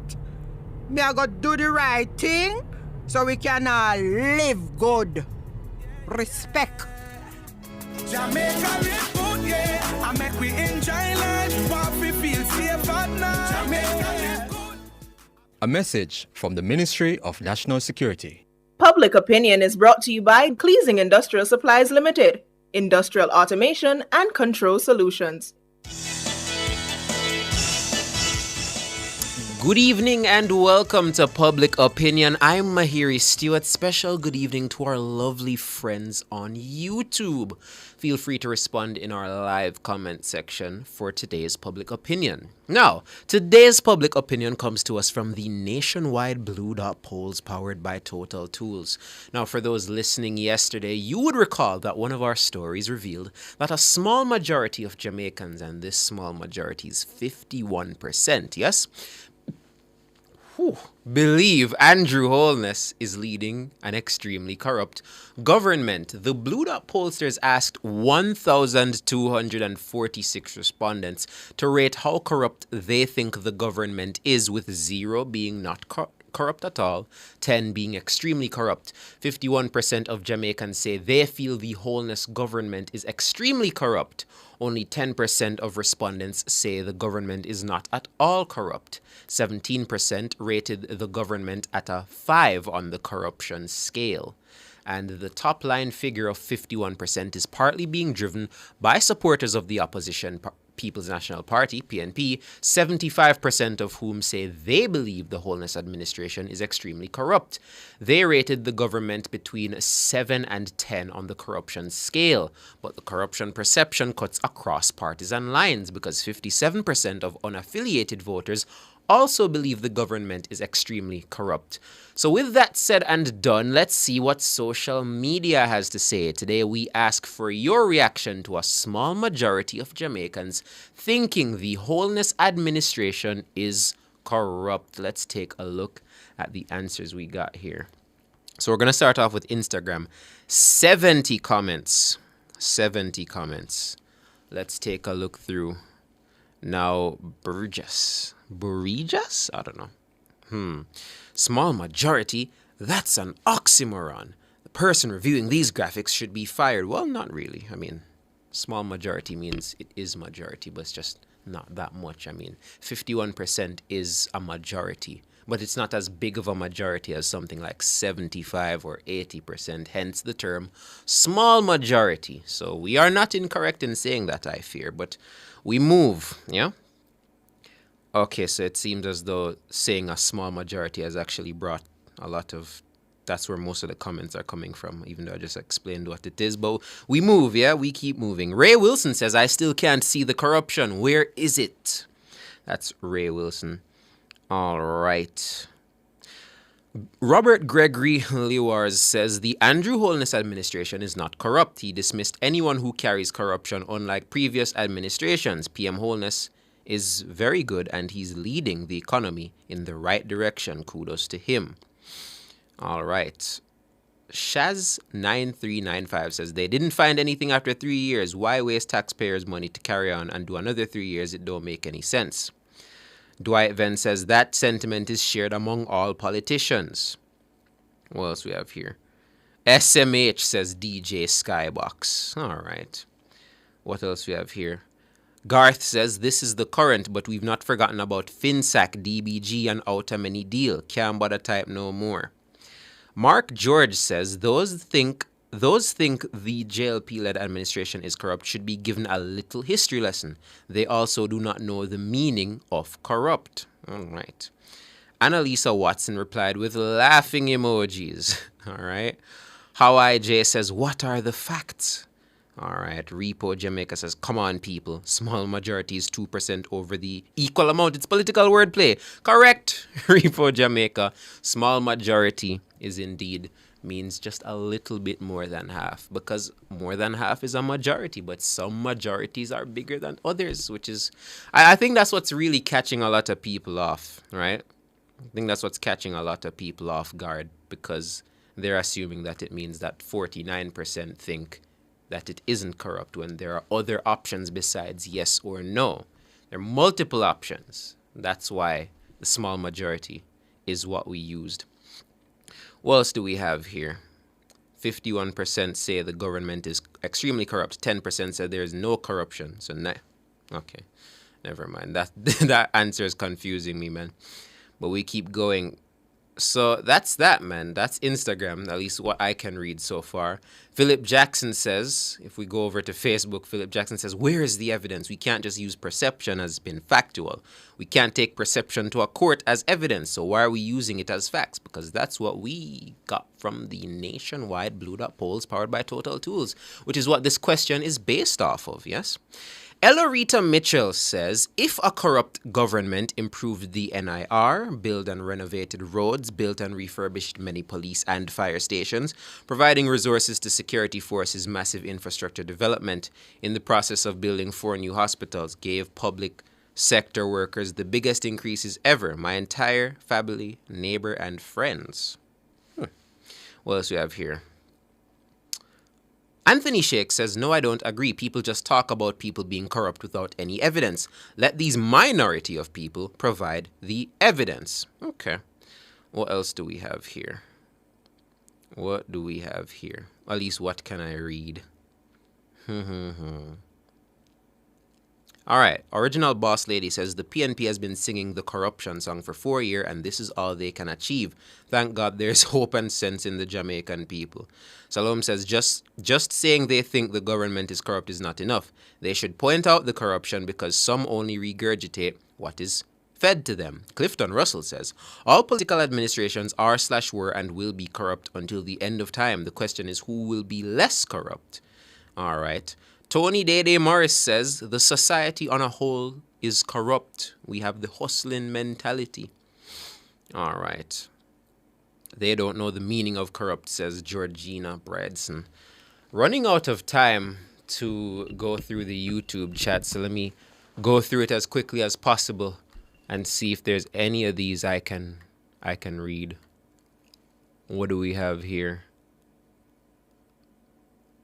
What do we have here? Let me not get any dead air on here. I'm trying to go through, trying to see if there are any things here I can read. Devon White says El Salvador is a strong-handed government. If any government here behavior in that or those ways, then you would hear all kinds of groups coming out against it. Okay, so he's comparing our government to that of El Salvador, something I've seen a lot of people do in the past. All right. Again, I wish I could read some of these, man, but I'm not trying to get a defamation lawsuit launched at my head, yeah, even if it is public opinion. I can't read more, but from what I've seen, a lot of people seem to not agree with the small majority that the Blue Dot pollsters unearthed through their polls. It seems as though the YouTubers and social media comments are saying, no, not Augusta. What does a small majority even mean? Wilbert Davis just said, our government is not corrupt. That's Wilbert Davis in the YouTube chat. Winsome Smith says, simple people don't read, they just run with it. So it seems as though what I've deciphered so far is that the consensus is there are people that believe that the notion that the government is corrupt is based on what people are saying as opposed to facts. That's what I've unearthed so far from reading these answers on public opinion. Country says, Mahiri, who will skin the cat? They're both corrupt, whichever term you want to use. All right. Well, that's public opinion, running out of time. Make sure to like the live stream. We're at 154 likes right now. We can try and get that to 174 maybe. It's time for the business report. Stay tuned.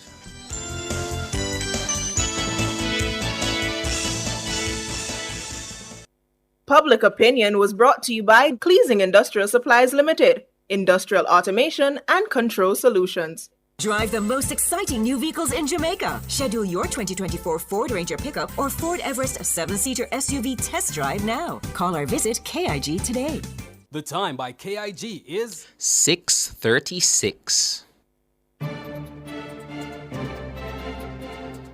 You're tuned into the business report here on Nationwide 90 FM. I'm Mahiri Stewart. Beijing says it's investigating fashion retailer PVH Corp, the owner of Calvin Klein and Tommy Hilfiger, for refusing to source cotton from the Xinjiang region in a move that could lead to sanctions on an American company with major business interests in China. Tuesday's announcement from the Commerce Ministry came a day after the Biden administration proposed a possible ban on the sale or import of small vehicles in the United States that use specific Chinese or Russian technology because of national security concerns.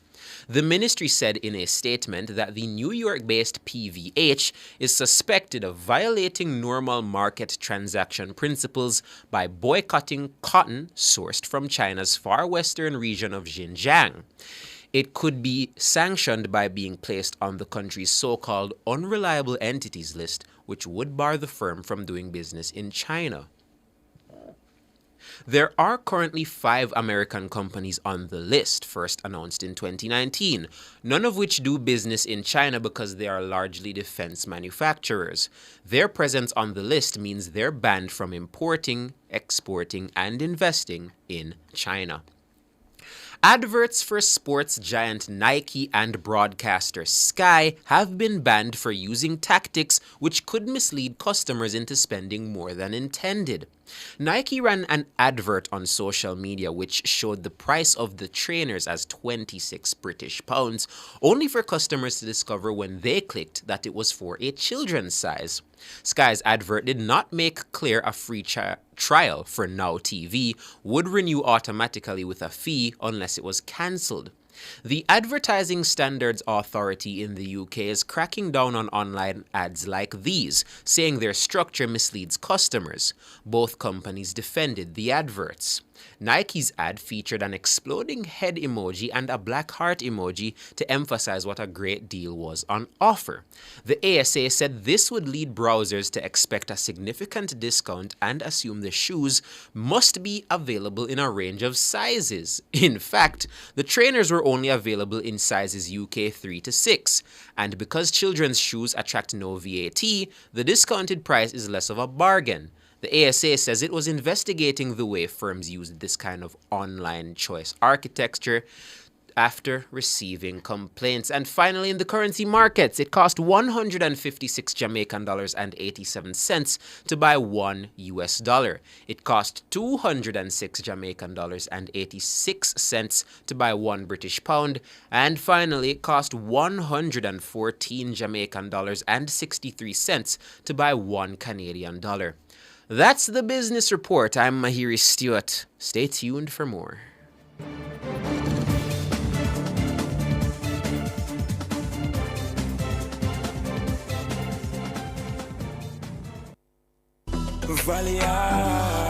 We a big deal when we touch ground. Yeah, I can see when we're pulling up. Anything for the taste what we love. Barbecue, spicy and original, flavorful, crispy, irresistible. 3-piece with a fries and a Pepsi. Go get your one big deal, stop stress me. All when we dip on the toilet, no left foot. It's a big deal. Anything for the taste of a juicy, crunchy, irresistible KFC, big deal. 3 pieces of delicious chicken, fries and Pepsi. KFC, it's finger licking good. Don't miss Info Exchange's Business Cloud Forum, October 1 at the Jamaica Pegasus Hotel. Global technology leaders, Nutanix, IBM, HPE Aruba, Zerto, and Exagrid will be here sharing insights and live demos. Discover how AI is reshaping industries and increasing efficiencies. Learn proven technologies to build operational resilience and protect your business from disruption. Register now at infoexchangeja.com. Info Exchange, smart technology, better business. Taboo topics, voyagings after dusk, riveting discussions, celebrity news and interviews, topics that are shunned by society, and everything else in between. Voyagings After Dark with Kareem Voyagings each and every Wednesday, 8 to 11 p.m. Voyagings After Dark. No topic is too taboo or hard to discuss. Come get your mind blown and your curiosity explored. Voyagings After Dark. As we grow older, there are many challenges that we have to confront, but these years can represent the best in our lives. Coming of Age during Nationwide This Morning on Thursdays explores issues persons 50 and over confront. It also provides expert opinions on how we can improve the quality of our lives as we get older. That's Coming of Age, this and every Thursday during Nationwide This Morning at 6:51 a.m. I'm Dennis Brooks. I'm Marlon Campbell. I'm Floyd Green. And I'm Garth Williams. Catch us on the Jamaican Dads podcast right here on Nationwide 90 FM, Thursdays at 8 p.m. with a repeat on Sundays at 6 p.m. The Jamaican Dads podcast is all about providing men with a healthy, safe, and functional forum to tackle many of the taboo topics that concern our masculinity. Like everyone else out there, we're dads of varying amounts of experience who come from different backgrounds and often view the world differently. We're definitely not perfect, but we're all brethren and we're all committed to this piece of rock called Jamaica. Too often, there are no safe spaces for men to explore the issues which are important to us. Plus, most of the content out there about parenthood is produced by women, for women. So we think it is important that we be the change we want to see. Follow us on YouTube, Facebook, Instagram, and Twitter at Jamaican Dads with a Z. And definitely join us here on Nationwide 90 FM every Thursday at 8 p.m. with a repeat on Sundays at 6 p.m. for the Jamaican Dads podcast. It's a revolution in media.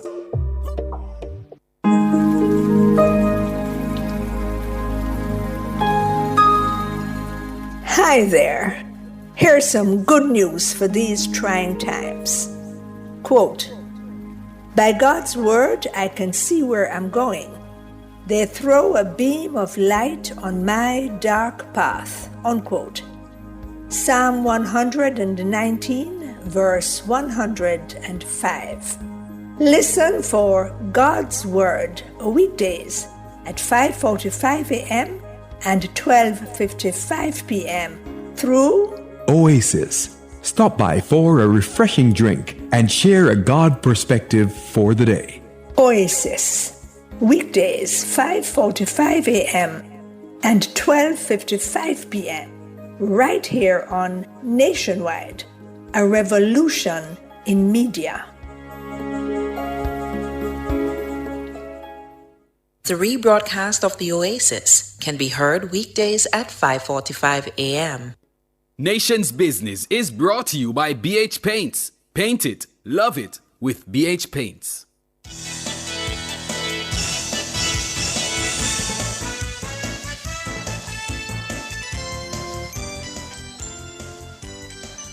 Good evening to you. Thank you so much for staying with us here on Nationwide at 5. It's time for the Nation's Business. I'm Ricardo Brooks. And my name is Sanjay Lewis. Now, we're going to turn our attention to a concern that there may be a threat to employees in the BPO sector as a result of the adoption of artificial intelligence. Now, IBX, a large BPO firm, has scaled back its Jamaican operations, closing 2 contact centers and reducing workstations by 29%. This move is attributed to challenges related to inflation and generative artificial technology, causing clients to reassess their options. Despite this, IBEX has launched its own AI technology, Wave IX, to enhance customers and their experience and productivity. The reduction in Jamaican workstations is significant given the country's historical importance to IBEX operation. However, the company is expanding in other regions such as Pakistan. Jamaica's BPO sector faces pressures from AI adoption, inflation, and shifting client demands. We have with us now Wayne Sinclair, President of Global Services Association of Jamaica, and Trevor Forrest, the CEO of 876 Technology Solutions. Gentlemen, good evening. Welcome to Nationwide at 5. Good evening, Ricardo. Good evening, Sanjay. Good evening, gentlemen. Thank you for having me. Wayne Sinclair, let me start with you. How widespread is this concern that AI may be replacing workers in the BPO sector? So I think we should probably just take a step back when we think about this, right? Mm-hmm. So AI has actually been deployed by different companies in the BPO sector for years. This isn't actually something that is new. What has happened is that over the past couple of years with the introduction of ChatGPT, a lot of interest and sort of hype, for lack of a better word, has been thrown at AI because consumers now, for the first time with this technology and others that have been launched since then, are actually seeing and feeling how AI can change their lives and impact them. But the truth of the matter is AI has really been around, for a little while. Like any technology, it gets better, it advances, it gets more efficient, does things more quickly, does things more speedily. But from the standpoint of the leadership of companies, not just in our industry, but in all industries across the spectrum, when we think of AI and adopting AI technology, the first thought that comes to mind is not how many jobs can we cut by implementing AI. The first thing that comes to mind is how can AI advance the efficiency of our employees? How can AI allow our employees to deliver a higher level of service and quality, which in turn will allow us to provide better service to our clients and ultimately expand our operations. And that's something that we have done in my shop specifically, whereby AI wasn't something that sort of threatened jobs. It was used to enhance the efficiency of employees, which will, given right market conditions, allow us to actually expand other areas. So is it though that we're seeing that the individuals have been losing their jobs and call centers reducing the number of persons that they have because of AI? Yeah. So again, I know this particular thing was inspired by the article that came out in the paper. You made reference to it earlier. If I can just take 30 seconds to read directly from IBEX, an email that I got from them to sort of put things into proper context. So IBEX has said to me in an email, the recent article about IBEX did not provide the necessary context. IBEX is a leading BPO and is committed to Jamaica and its agents, clients, and business partners on the island. What wasn't in the article is that IBEX invested heavily to build its Campus 1 and 2 locations at a cost of more than $12 million combined. And that was to replace 2 sites, Waterfront and Portmore Pines. The aging Portmore Pines facility had repeated issues ranging from plumbing to power outages. And this is a key bullet point. No agents lost their jobs in the transition. This showcases IBEX's commitment to offering their clients and agents first-class facilities. IBEX Jamaica is very strong and recently won several very high-profile and important clients in its Jamaica centers and has a strong pipeline in place. It's another key bullet point. IBEX is hiring 1,300 new agents in Jamaica over the next 2 months for multiple client programs and supporting top global brands. So we have to understand that in our industry, this happens, right? Employment ebbs and flows given the client flow and the dynamics of a particular business. And this ebb and flow happens not just from clients necessarily leaving a company to go to some other company, but sometimes that ebb and flow happens within the company itself.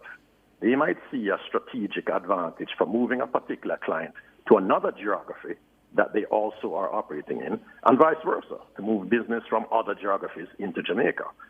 So I think it's really important to sort of take everything into proper context, dive a little deeper, and see exactly what's going on with a particular situation. Appreciate yes, that. AI is a very key technology, but we in the industry are embracing it, right? Because we see it as an opportunity to, as I say, be able to deliver higher value-added services and quality for our clients. And I suppose, Trevor Forrest, I want to go a little bit more general now in terms of whether businesses broadly in Jamaica are embracing AI as it's rapidly developing, as we're seeing.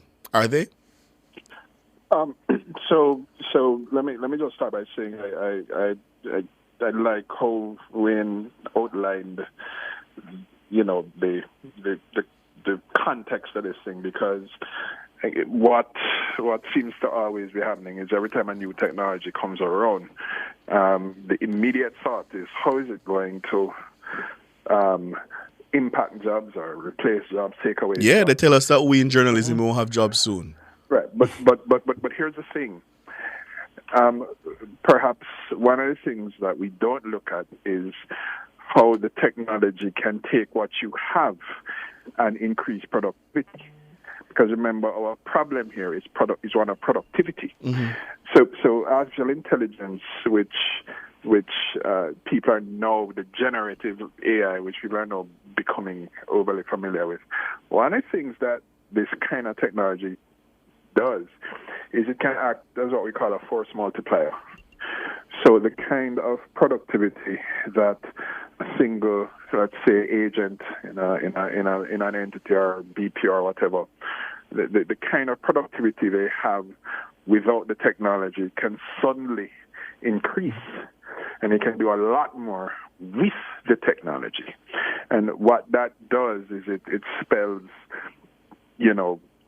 a major boost for businesses, because what they can do now is they can increase productivity with the same number of people, right?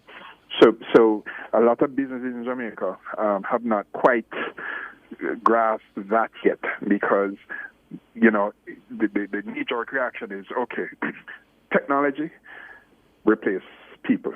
And this is a very it's a bad approach to take, because they eventually discover that it doesn't work that way, right? So when you look now at what artificial intelligence can do, what businesses need to do is really assess in a comprehensive way how the technology can be used to benefit and make their business more productive. Before we get to that point of productivity, am I hearing you correctly then that the fear that AI may replace employees in the BPO sector, it may be overblown? I would say that the fear of AI replacing jobs without creating new ones is what is being overblown. Very well put. Right? And I think that we and I mean it's natural, because when you look at the hype curves from, Gartner and those, you always have that upward curve where everybody loses their mind with a new technology. But then when everything settles back down, then we really start to realize and appreciate the benefits. So one of the things we have to start looking at seriously is just how, because there's no question, there are some jobs that are going to be replaced, but what I fear people don't get is exactly which jobs, because I think the jobs that are going to be replaced are not the ones that we think are going to be replaced. And that's where the surprise will come. So I think we need to really seriously assess which jobs are going to be affected. The other thing is, just to wrap up that point, is the one of the things that has always concerned the policymakers and so on in the BPO sector is the quality and type of job. So you would often hear we have low-level BPO jobs. Now, what AI can do is to take those low-quality jobs, and I put that in quotes, and make them and move them up the value chain, because the technology itself can help upskill or increase the capabilities of the same person that was sitting there doing what would be deemed a low-level job. So again, those are some of the things that you have to consider. There is one part of the AI technology which I feel is going to seriously impact us, because there is an innate advantage that we have, that the technology is going to start eroding, and we need to think about how to address that, but we can discuss that. I've said a lot, so we can discuss that in a little bit. It sounds to me, gentlemen, that, when we go back to when the computers were coming into full force and individuals were concerned about the technology taking away jobs and the shift that you're speaking about, Trevor. So, but Wayne, help us to understand, how then are those within the BPO sector shifting to utilize more AI technology within the operation, and at the same time including the staff that is there to make the operation even better? All right, so let me give you a real-life example of what has been happening in my shop. So I have a smaller operation relative to other BPOs. I have just shy of 100 heads.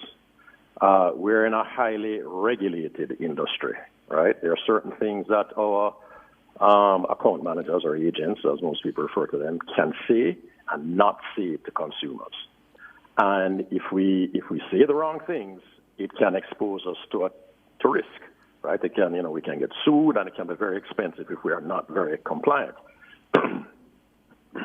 So in the past, we would have several agents in our quality department actually listening to calls of our agents that are interfacing with consumers to ensure a high level of compliance. Now, if you're looking at an average call of 10 minutes, there are only so many calls that a particular agent can listen to, right? By incorporating a piece of technology that actually listens to calls, transcribes the calls themselves, so, puts it into, text that can be read, and actually pick out, keywords and phrases that we program into the intelligence to say, listen for these kind of phrases, listen to these calls, and when you hear them, flag these calls and give us a report so that we can know which agents are compliant, which agents are not, and so on. That has now enabled us to, instead of having one person taking 10 minutes to listen to a 10-minute call, this technology can go through that call in 30 seconds, and it works 24/7, right? So now what we have is, instead of those persons being called listeners, they now become data analysts, looking at the reports, providing the necessary flagging if need be, and recommending whatever sort of action, disciplinary or otherwise, that we need to take. But more critically, what it allows us to do is it significantly reduces, if not eliminates, that compliance risk. So at the right time, when market conditions present themselves, it will allow us to be able to hire that many more agents, right, to take those calls, because now where we had a constraint before of compliance risk, we can only sort of listen to so many calls, so that means that we can only have so many agents taking calls.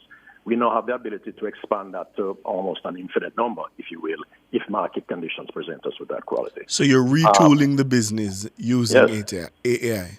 Yes. Yeah, what you're talking about is like performance analysis and management, and also customer insights that ultimately help the business and their customers. But doesn't that Wayne take a certain level of agility in terms of how businesses operate broadly? Doesn't it require some amount of agility? It does. And I'm glad you hit on that point, because I definitely don't want to leave this conversation by making a very key point. So yes, it takes agility, and in the BPO industry, we have been very agile, quite frankly, in training and upskilling our team members, right? However, the biggest opportunity that we have, especially when it comes to other competing geographies, is to ensure that the intellectual capacity of the persons that are coming into the businesses at the entry level continue to be at a high level. And that's the biggest sort of challenge that we have now, right? And that's a challenge that really ultimately needs to start from the primary, prep school, basic school, whatever you call it, level, straight up through secondary and into tertiary, or as persons come out of secondary school into the workforce. Because right there is where we, as a country, and this is not just the BPO industry, this is the entire country, is slipping. But that is where we are losing our competitive advantage. I'm not concerned about AI. I'm not concerned about AI at all. But if I could stay with the BPO sector for a second, isn't part of that in terms of the level of the talent that you're able to attract, isn't part of that related to compensation? No, I wouldn't say so, because again, we're not necessarily looking for persons to come into the industry with PhDs and paying them compensation that is not commensurate with the kind of jobs that we have. Again, we need to dive a little deeper, right? So, I know that's the sort of general narrative out there about compensation not being up to par. Yeah. But let's think about this, right? You have 50,000 people in the pandemic, even more than that, consistently applying for jobs in the BPO sector. People coming into the sector knowing exactly what the sector pays, and I've been doing so now for over a decade. But Wayne, can I just stop you there for a second? Because people apply to the BPO sector because there's not many options. So it's not their go-to. Isn't that the situation? Well, I don't know. I mean, I think probably the minister would say with a 4% unemployment rate, there are... But Sanjay, here's the thing. How is that the fault of the BPO sector, though? Right. I mean, I'm not sure it's the fault. I mean, we're at almost full employment now, and they're not all employed in the BPO sector. So, I mean, I think people have options. I think there are options out there. And I think, again, if you're talking technology, there are all sorts of options that people have to work. But it's coming from the previous question where Wayne was talking about how we're going to upskill individuals, and one of the things that we are trying to put forward is that is it really that the BPO is positioning itself to get a certain caliber of individuals, or is it that these people see the BPO as a stepping stone? So you leave university, you apply for a job within the BPO, but that's not your ultimate goal. You want to move beyond that. In other words, can people make a career of it? Is that for me? I mean, yes. Absolutely. So I would venture to say, certainly in my shop, and I would say that this is something that's characteristic in most. Yes. A lot of the people that are now managers, high-level managers, senior managers, started in companies as agents, right? Okay. Right, because it makes sense, right? It makes sense to upskill persons that you already have work in your environment to higher levels of management, right? They know your organization, they know your culture, they know the products and services that you deliver. So it just makes sense to move folks up the value chain just as you would in any other industry. And that's exactly how it works now. We don't have a situation where everybody in management is hired from outside, Yes. right? Generally, they started out as agents on the lowest rung. Yeah. But to your point, Sanjay and Ricardo, I think it's fair to say that a fair number of people who go in there, that is not where they see themselves retiring, right? But the fact of the matter is, it is a stepping stone to perhaps furthering themselves in that company or elsewhere, you know. But one thing I just wanted to touch on, because I know time is of the essence here, is one of the key threats that I see. Yes, the threat you identified. Yes. Right. Now, one of the things that, if you recall, many years ago, the business process outsourcing was heavily in countries like India, and Asian countries and so on. And that was, I guess, partially because, you know, the cost of the people and the sheer numbers. And then you saw a shift to nearshore countries like Jamaica, where our advantage was we had good people, but we spoke English very well, right? We may cost a little more, but the experience that a customer would get when they engage, you know, you for help or whatever, it's familiar, it's comfortable and everything. Now, there is AI technology that has emerged that will take the voice of somebody, like, say, from India or even China or any other country. They don't even have to speak English. And it will translate the answers they're giving and receiving into a voice that is familiar. So picture, if you will, an Indian person with a strong accent answering a question you ask, but they're answering it sounding like an American. Now, so a Siri-like technology. Exactly. So what happens now is a decision is made that, look, if I have technology that can make anybody sound comfortable, because it's all about customer experience, right? Well, maybe I need to now contemplate going where the labor is cheap. Yes. Applying that technology and seeing how that can work for me. Now, it is an emerging concept. I view it as one of the things that we've been saying this for a very long time, is those kinds of threats apply to the kinds of jobs that are low on the value chain. What we need to do is move our experienced BPO people up that chain so that threat doesn't apply to them. 100%. Yeah. You see what I'm saying? So the technology is there to displace a certain kind of job. So that's the risk, but you mitigate the risk by moving your talent outside of that space. You see what I'm saying? And I suppose that's part of the re-engineering that Wayne was speaking to. But gentlemen, we're out of time. I really appreciated this conversation and your perspectives, and I suspect these are conversations that will continue as the BPO sector evolves and this new and exciting technology of artificial intelligence evolves as well. Wayne Sinclair is the president of the Global Services Association of Jamaica, and Trevor Forrest is the CEO of 876 Technology Solutions. Thank you so much for your time. I appreciate it. All right, gentlemen. Yeah, man. Thank you. Have a good one. Thank you. Yeah. I mean, I'm sometimes frightened, Sanjay, as to just how accurate and sometimes immersive, you know, this business of AI can be.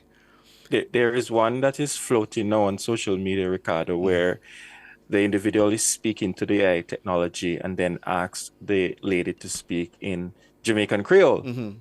And of course, she responded as such. And, you know, the big debate now, if she sounds Jamaican. And frankly, when I listened to it, Ricardo, I mean, didn't sound too far off, if you ask me. And it's just amazing, too, because while the AI technology can be a source of good, we see the bad that individuals are utilizing this very technology to do. And we have to be so careful people unfortunately have found ways to utilize this technology in a very bad way. And nowhere else is there a greater threat in terms of what it can be used for than in politics and the threat it poses to democracy when you can use it to fabricate information and cause people to say things that they never did. I won't forget that somebody did a AI generation of President Biden's voice, and he was actually endorsing Tana and I on Nationwide this morning. And let me tell you, I heard it. Yeah, it sounded so authentic. He was bigging up Nationwide this morning, bigging up Tana and I, and saying that, we were a part of the No Malarkey show, and that people should listen. So it's a fascinating technology, but it perhaps needs some ring fencing to safeguard against misuse and abuse. As you indicated, especially with our politics and the next couple of months when we have entered the silly season, Ricardo, we have to be absolutely careful, fact-checking everything that we see. And hear. Yeah. And hear. Perhaps we should get an AI endorsement from Kamala Harris for Nationwide at 5. Yeah? that wouldn't be too bad. So all throughout the day, I've been getting the messages about the polling data, the Nationwide Blue Dot polls. Everybody has something to say. One day, them praising the poll. The next day, them a burn out the poll. Yeah, it's been a topsy-turvy ride. We're heading into Friday for the big reveal of the party standings. But we know you have a lot to talk about. The polls and more. 10 minutes after 7, we're going to take your calls after the break. 630-937124, 618-8255. Come chat with us.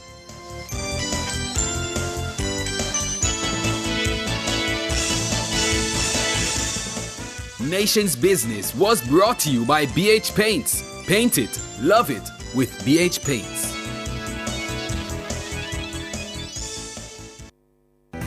Choose your life insurance coverage, apply, and pay online. Live the e-life with Sagicor Life. The time by Sagicor Life is... Bugs says it's 10 minutes after 7. The Watchman. Exploring issues shaping our society, government, and business. Provocative, unconventional. Dr. Henley Morgan is The Watchman.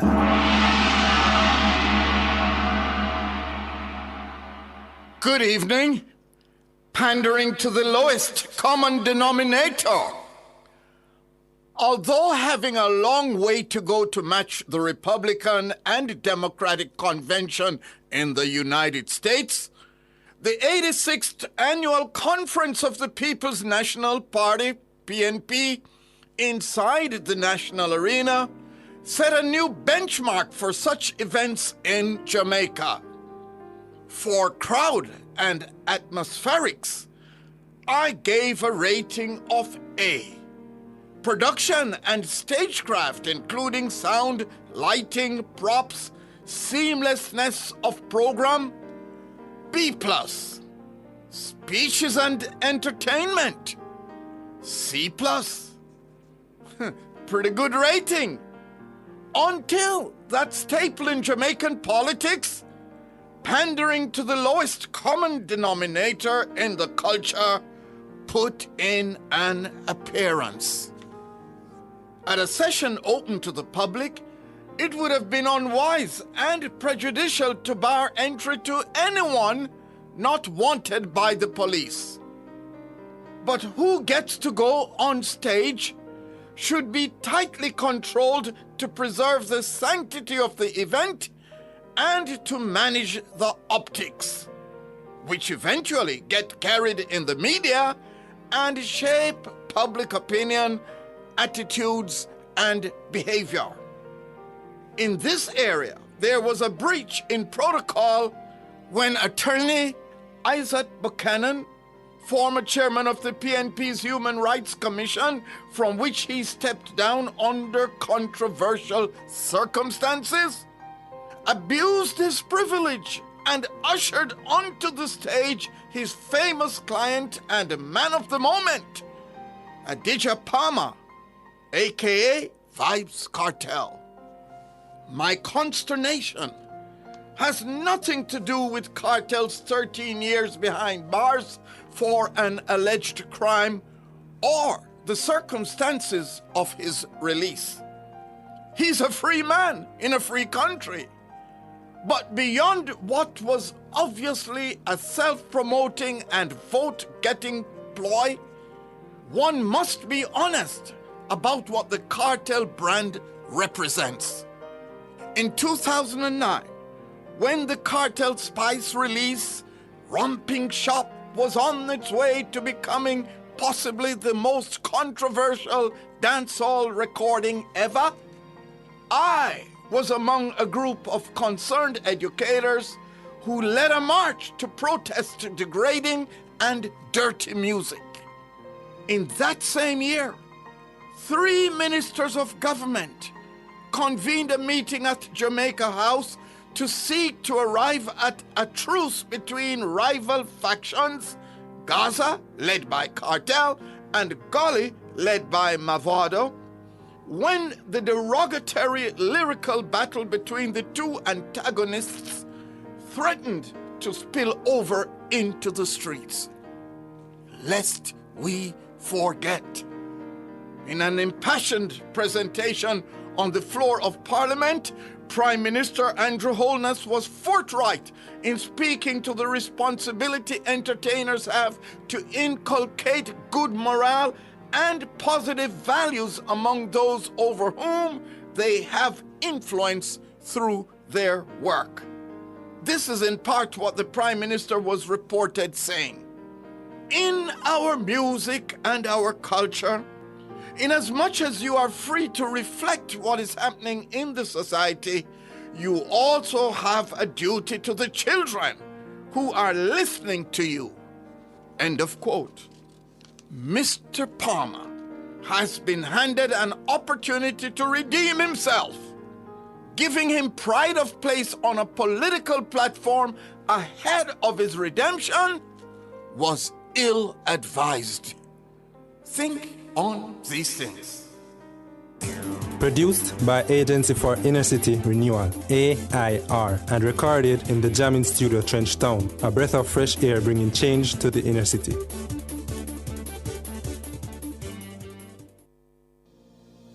Welcome to our Active Corner brought to you by Active Home Center. Are you ready to upgrade your bathroom? It's time to choose the perfect toilet for your space. First, consider the size of your bathroom. Measure the space where the toilet will be installed so it fits comfortably.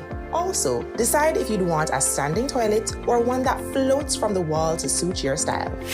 Did you know toilets can conserve water too?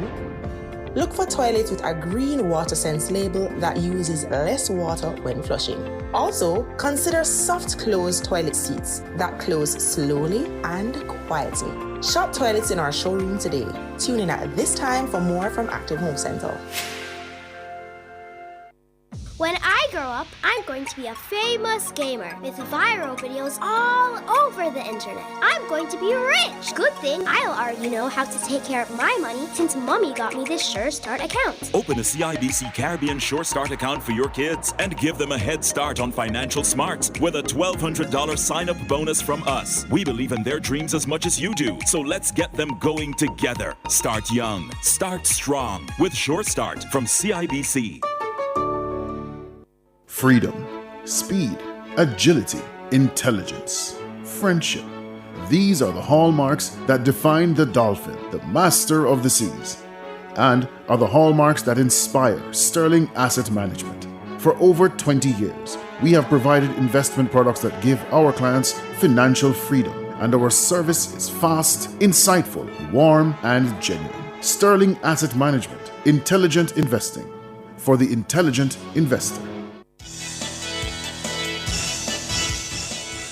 Thank you so much for staying with us here on Nationwide at 5. We're on the final stretch now. We're taking your calls. The numbers 630-9371-4, 618-8255. I'm Ricardo Brooks. He's Sanjay Lewis. I wanted to ask Sanjay what you make of the polling numbers, because on the one hand, as I heard you put to Minister Morgan earlier, some of the indicators for the JLP are flashing warning signs. 44% saying the country going in the wrong direction. 51% saying the Prime Minister leads a very corrupt government. Corruption, crime, cost of living identified as top issues. And yet, a plurality, they're saying, we're sticking with these guys. We think these guys are the ones who can fix the problems. What do you make of that? Yeah, it sort of gives you whiplash. Yeah, because I was reviewing it, Ricardo, and that's what came to my mind. Why is it that on one hand, the electorate is saying these guys are corrupt, we're not comfortable, but at the same time now, on the flip side, they're saying this is the one that we'll stick with to take us through the issues that exist. And you also put a very interesting point to the fore. Is it that the People's National Party, they're unable to really convince the electorate that, look, while the JLP, there are issues with the JLP, let's move to us. But the electorate, clearly, they are not convinced that the PNP is the one that they should shift to. The challenge that I'm having, Ricardo, in my mind is on election day, where will individuals move to? And it makes now, and when we look at just the polling overall, anything can change the minds of the electorate over the next couple of months, which is why Jermaine and Clyde indicated that the messaging from the JLP has to be important going right to the next election, because anything can change the minds of the electorate. And as Cleveland indicated, the PNP has to be out there, but they have been. So why then is it that they can't move the ticker? Why is it that they're still hovering, in the 20s in terms of people preferring the PNP over the JLP? That is what I'm not understanding. Why is it that the message of the PNP is not connecting with the people? Mark Golding has been on the road for, 1+ year now. Yeah. But yet still they're not unable to get more when you weigh people trying to decide if they would support the PNP over the JLP. The warning sign for me is it seems that both parties, as I put it to the minister, have hit a ceiling. Yeah. And it's looking around 35, 38% thereabout. And I think that's concerning. It's also concerning, we've known for a while now that a lot of people are not engaged and do not want to be engaged with the process. Yes. They call them the undecideds, those who won't vote. I worry that the 23% that says the PNP are best able to fix the problems and the 36% that says the JLP are best suited to fix the problem. Whoever can convince that slice, they're going to win. And my problem with that is it's just not enough people participating in the process. And historically, Ricardo, that has been a problem. If you look back on the polling data, I think the last time we had a high voter turnout probably is the 1980 elections. Look back at the data and you will recognize that. So for the most part, people are not interested. People are not engaged in the process.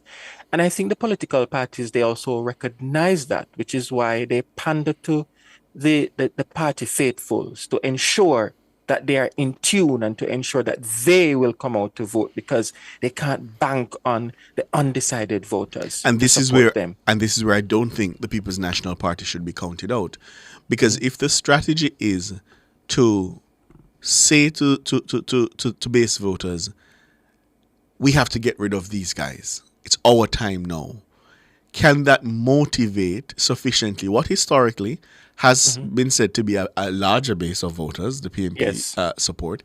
Does that still exist? Is it still there? I was looking at the results of the local government election, and I sort of compared the results to the 2016 general election. And it seems in large measure, the PNP base has come back home in terms of the share of the vote that they were getting in the election. Now, the question is, what is the state of the party machinery, both parties, and their ability to mobilize and activate those bases to come out and vote. I think that's where it's going to happen, because I don't think we're going to see the quote unquote undecided or the those who have turned their minds and their ears and eyes away from the politics. I don't think they're going to come out. So it's going to be who can activate the base, yeah?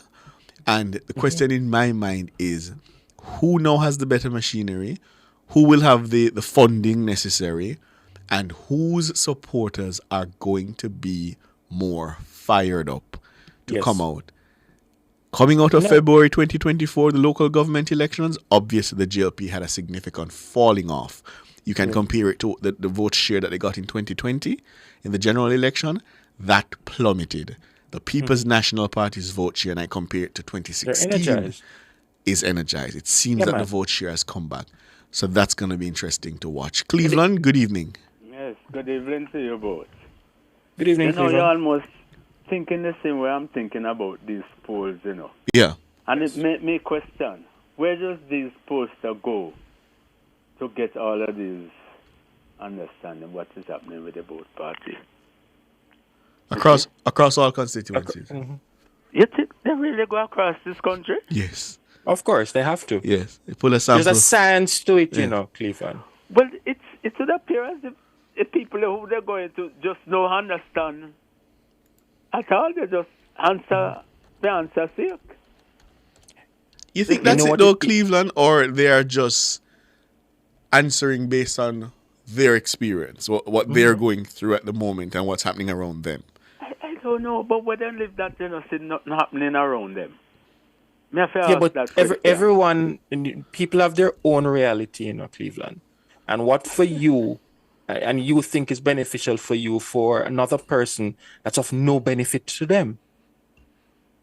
But to me, it seems to go in among the wrong set of people, because there's no way that people can just everything. Today you get one answer, and the PNP look good.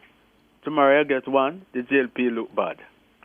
You see? And then it's telling me that based on the numbers, because take for instance now, the one that say the country going the wrong way, they talk to 1,200 people. And now they've gone to a smaller percentage now, 51, 52. No, man. What do you mean? The sample for the overall poll is 1,246. So all questions were put to that sample. No, sir. But this last set of questions you're saying is they got a smaller sample. No, man. Isn't that so? No. It's the same. It's same that toast now they'll talk to? Yes, man. Yes. It's just that. So, for example, 44% said the country was going in the wrong direction. And then remember, there were other figures there, Some said right direction, some says not sure. And then for the ones we released today, it was 36% saying the GLP was better able. 23 said the People's National Party. I think it was 17 that said they weren't sure. And another figure said something else. Anyhow, sir, let me tell you something. From on, I'm not buying to poll, Yes. I'm telling you the truth. All right, that's fair. I know some people don't. Some of the answers that people give in, and they keep telling us, 38% of labor rights say blame the Prime Minister. And that one I can't buy into at all. Why? No true labor right now come out and talk against the Labour Party. So true labor rights don't criticize them party? Sir. No. No? No, sir. Oh, that is concerning, Cleveland. No. Very concerning. Not true labor rights. Now give them answer that to no polls. Well, maybe Cleveland, they will not say it among the other labor rights because they don't want to be sidelined. They know why you cost them. They know why you cost them. The truth. And the first thing we have to understand too, if some of the party know where the pollster will come tomorrow, they set up people there to meet the polls. I see. So the way you see it then is it's all rosy and the numbers are just not accurate. I'm not saying it's all rosy, but to some, today they tear up the Prime Minister. Tomorrow they praise him. Oh yes, he's doing a good job. But isn't that the nature of man, though, Cleveland? At one point they're happy about something, and at the other point they cuss it. And again, Cleveland, I think my reading of these numbers, and I've been going through them, with Cliff, with George, my reading is the people there are significant issues over which they are unhappy. There are significant things that they think could be improved, but they do not believe that they would be better off under the alternative, which is the People's National Party. That is my reading of the numbers. But how could they say they don't see anything going on, or they don't see the government trying to do? I don't know, but I don't think any of the numbers have said that. Anything new. Oh. Well, I don't understand that.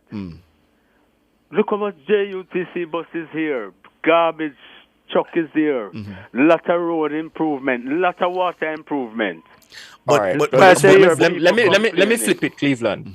Would you agree with what Jermaine and Clyde indicated? The JLPs living or operating in an echo chamber. They're not listening, and the messaging needs to change.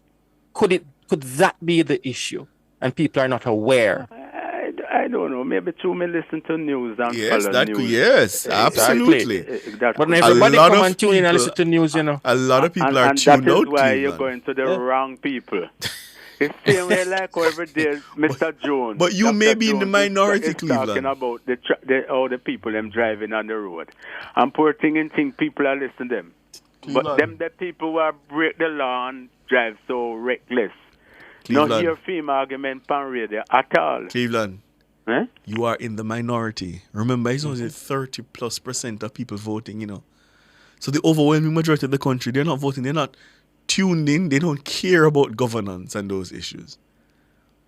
The people who are voting, I'm assuming, are the people who are plugged in. That's a thing if they don't care about. I agree, it's a sad voting. Thing. It's sad. And yet they're the one who are creating most of the problem to the country. All right, Cleveland. You know that. I hear you. All right, Cleveland. All right. Errol, good evening. Bless up. Oh, the Chevron. Ricardo. And Sanjay. Yes. Let me tell you. You see, Mark Golan. Yes. Them no come with a plan all now we tell the Jamaican people. A one plan them have, you know. What's that? It's a campaign about Anjo thing there. With the commission. Integrity Commission? And look here, the man private company, the man here. Look here, it's 2016. At the same thing they do, you know, they never come with a plan for Jamaica. Campaign for Anjo big goes up the hill. What happened to them? So you did what happened to them? So hold on, you say him to have a plan. You watched the PMP conference 2 weeks ago? It's 2 weeks ago. Yeah, watch conference. You never watch our conference last year. Me say if you watch the PMP conference. No, did you watch the PMP conference? Right. So you never hear Mr. Golding's speech. What? Golding not coming nothing. Nothing. You never hear nothing in it. No. Anything Golding coming that way Anja don't know. The only thing Golding come with you a cartel. And the way you call him, where man the name? Richard Curry? Richard Curry. Them two of them come and the next one Walton. We're feeling family them there are dead for hungry.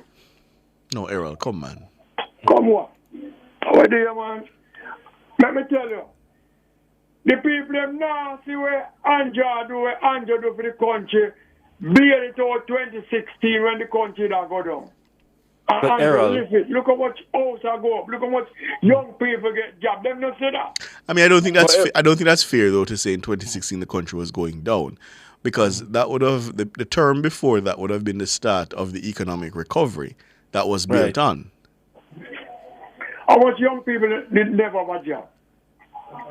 You know, I'm not disagreeing that we went through a very difficult time, but I am saying the start of the economic recovery was in the term that came before 2016.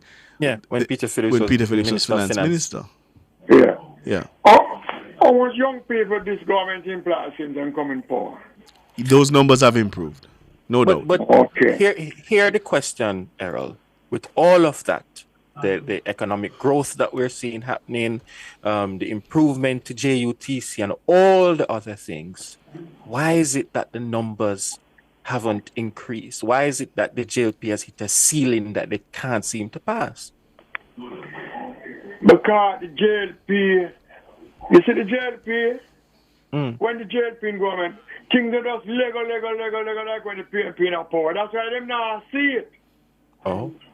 That is the thing. When you say... Yes, when the PNP in handout. Solid waste, bus company, they overloaded to them, the whole of them friend. You understand? So that now go on under this government here. You have to work. You're not getting free and it's so easy. That's why them don't love this government here. Remember when the PNP in power, them pack up everywhere. Everywhere them pack up with them friends. Both parties do that. Both parties do that. Errol. But this government, you have to qualify. You know, just chuck in nothing where you can't manage. I suspect there are a lot of PNP supporters who would disagree there. But all right, thanks for the call. Carl, good evening. Evening, Carl. Evening, Sanjay. Hey, Carl. I heard, I think it was this morning or yesterday, when they asked the comrades them about the economy, financial part of the economy, they say, economy is, I don't know if they say in a chamber. I'm not now going for the economy. But I think I'm like to ask when I comrade, we give that poor result, or that question. Tell me one of the budget cycle in the 18 years where government could have buy 100 JUTC out of FIDEM tax. That's one I question should be asked. 50 garbage truck out of the taxpayer of Jamaica. Hospital bill out of the taxpayer of Jamaica. And we could continue to go on. Tell me one of the budget cycle where them couldn't do that under Omar Davis and PJ Patterson. Yeah. That's one of the serious questions I need to ask one of the comrades. But Cleveland, I keep here, Carl. Cleveland. Sorry, Carl. I want to stop you right there and ask you this question, and it's a question that I asked Cleveland. Where is the disconnect? Why is it that all of what you're speaking about, and we know of the economic growth, we see it, but why is it that when you look at the polls, you're not seeing that in the numbers, and the JLP has in essence hit the ceiling? Why? I agree with you, and I agree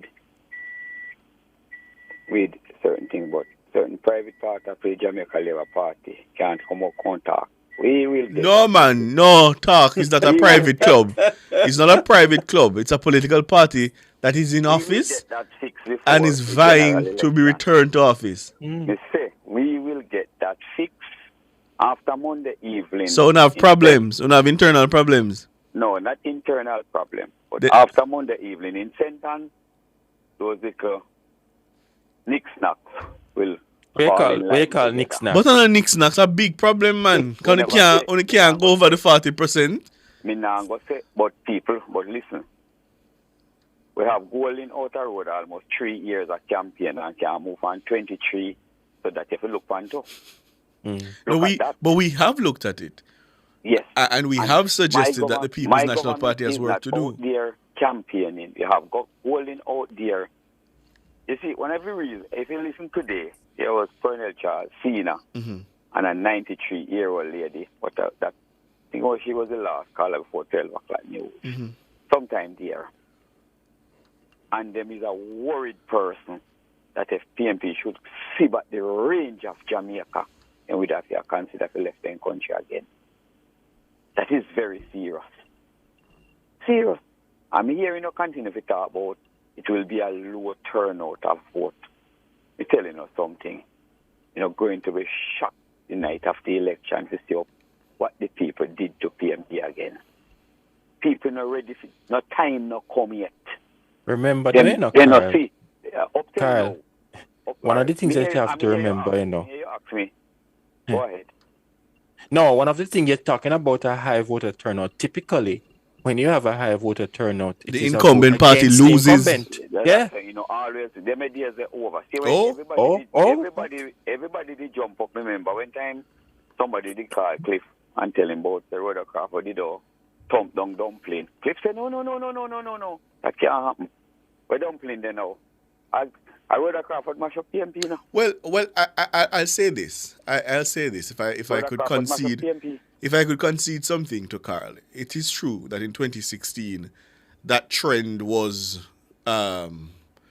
reversed because at the time the voter turnout was relatively low, and the incumbent government lost. Okay. So fear. Okay. I suppose. Okay. Yeah, fear. Yeah. Okay. Well, listen to me. When you hear a senior citizen like that, I talk about say, him not ready to see them there back in the office yet. It is serious in your country. You must start to take a good look and say, no. And when me hear some people talk nowadays, But here is my hold on a clip, Carl. Here's my challenge. I feel like too many laborites that I hear from, they have this air of it's inevitable. We must win a third term. That I wonder if you all are not becoming complacent. we are not coming complacent. That's what is changed a couple of weeks from now. And you will see. Anyhow, I want to discuss something from other day night. What's that? Concerning what Golden say a stadium is Sunday evening, concerning the teachers them. And I'm going to punch hole into the foolishness that him said. What did he say? Him said the teachers, if any teacher who alone, then we'll write it off. All right, so we have 10,000 Hold on. Who owes a loan to who? Who borrow a loan from students' loan. From students' loan, okay. Right. They will write it off. All right, Carly said we have 10,000 teachers in Jamaica because I use that figure. And 2,500 borrow students' loan. I make we say them who $3 billion. The $3 billion, the government would have write it off. Who would take up that slot? When you say take up slot, what do you mean? Now, the taxpayer of Jamaica, when you write off somebody debt, yes, will have to take it up. Yes. So you that take from somebody, from the poorer person, we live in a farmer, Prime Minister Portia Simpson constituency, can hardly buy 2 pounds of chicken back and give to somebody who are $98,000 a month. Hold on. You're touching on a very important issue of policy because I tell you, I'm going to punch hole in a head. Hold on, no, because that is also a concern in the United States where it comes to debt, student debt write-off, where the Biden administration has written off the debt of students, college students, and there are people who have made the same argument that you're now making, that you're taking people's money, some of the people who don't have a degree themselves, and you're writing off the debt of people who have a degree. And to tell you the truth, I am undecided on it because I think I understand what it's intended to do. It's intended to lift up people in the middle class. And it doesn't intend to lift up nobody. Yes, Carl. It is, Carl. It is. Let me tell you why. I'm not saying I agree with it, I'm saying I understand the thinking. Because when you have people in the middle class who are straddled with debt, high debt, there's not a lot they can do. Yeah, whether it be, own a home, buy a piece of land, whatever it is, right? They have to be paying back debt. So it sort of makes their progress or their ability to progress in life difficult. So I understand the intention. Now, whether or not it is a fair thing to do, which I gather is what you're getting at, I'm undecided on that. But I don't want you to dismiss it out of hand to just say it's a stupid. Because the reason why I have to dismiss it, the person will run go to the shop 6-7 times a day is him pay the most tax in Jamaica now. GCT. So you take from him to give to somebody way better than him. So at all times, him will remain where him is. him or her is. See too. But remember, Mr. Golding also wants to spend $40 billion to uplift the poorest. Stupidness. That was a bag of garbage. No, but I'm just saying, he's not as if his plans are to abandon those at the base of the society. He also advocated more spending to assist them as well. If there is any problem with it, is that it's a lot of social spending. Ricardo. A lot of social spending. Sanjay, you know what I would like to ask Golding? Can Golding put out a manifesto and make we punch hole in it and see where the stupidness them are in it? That's I need to see. I'm sure you'll get a manifesto for the general election. No, I don't want a manifesto. When we're in the full campaign where I cannot get to spin it and look at it as a Sunday evening. But that's not Mr. Golding's fault if you can't get the spin. And look at it as a Saturday evening. So you want him to put out something in advance so you can tear it down? Then Sanjay, we are into politics. That is why Mr. Golding now going to get a chance to do that. What you mean, Carl? So you want to come 2 weeks or a week before or 3 days before and try to... But Carl, you know the politics. They're going to hold their manifestos close to their chest because the other side don't want them to see what they have and build on anything that they put forward. I hear that stupidness, Sanjay. The carrier of people that we have into the JLP. We don't need anything for the PMP right now. Why your Prime Minister don't tell the country yet who is going to be the new finance minister? Don't worry, just few days left. Oh? Just a few more days left. I see. All right, Carl. Go and leave you. If we leave this Tuesday next week is the 1st of February. Not far away. 1st of February or the 1st of October? October. Not far away from that date. February I haunt you, man. February I haunt you. Later, Carl. 15 minutes to 8. Neville, good evening. Good evening, sir. How are you? Doing well. How are you? Good. Not bad at all. You know what I want? So much MP the Labour Party has? 48. If you don't count Mr. Wright. You don't count George Wright. Who is an independent. Right. Because everything, the maturity, the Prime Minister, the MP, then what are they doing? You know, in my constituency here, man, my MP where we have down there is a missing person. And the MP then not do anything, man, and everything they put it on the Prime Minister. What the Prime Minister needs to do? Who is your MP? Danny Lawrence. Lawrence, that is Eastern Westmoreland? Eastern Westmoreland. Yes, sir. Okay. You know, when election was going on, I tell Mr. Hughes that all 3 seats down there. Oh, yes. I remember when you made that call. Yeah. And I put out a tweet. I said if that happened, I would wear hot pink to work the day after the election.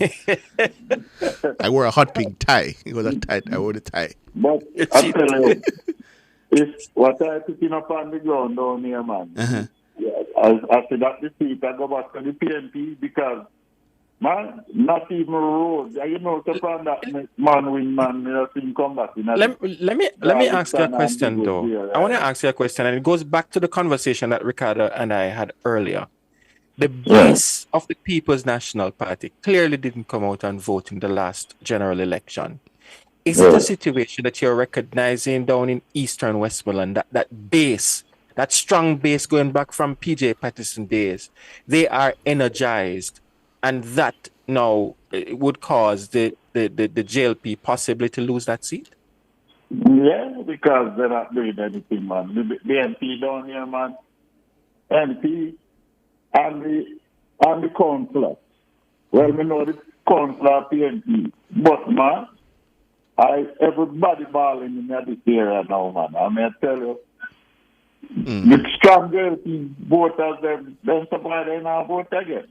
Which area in Eastern area is more Darliston area?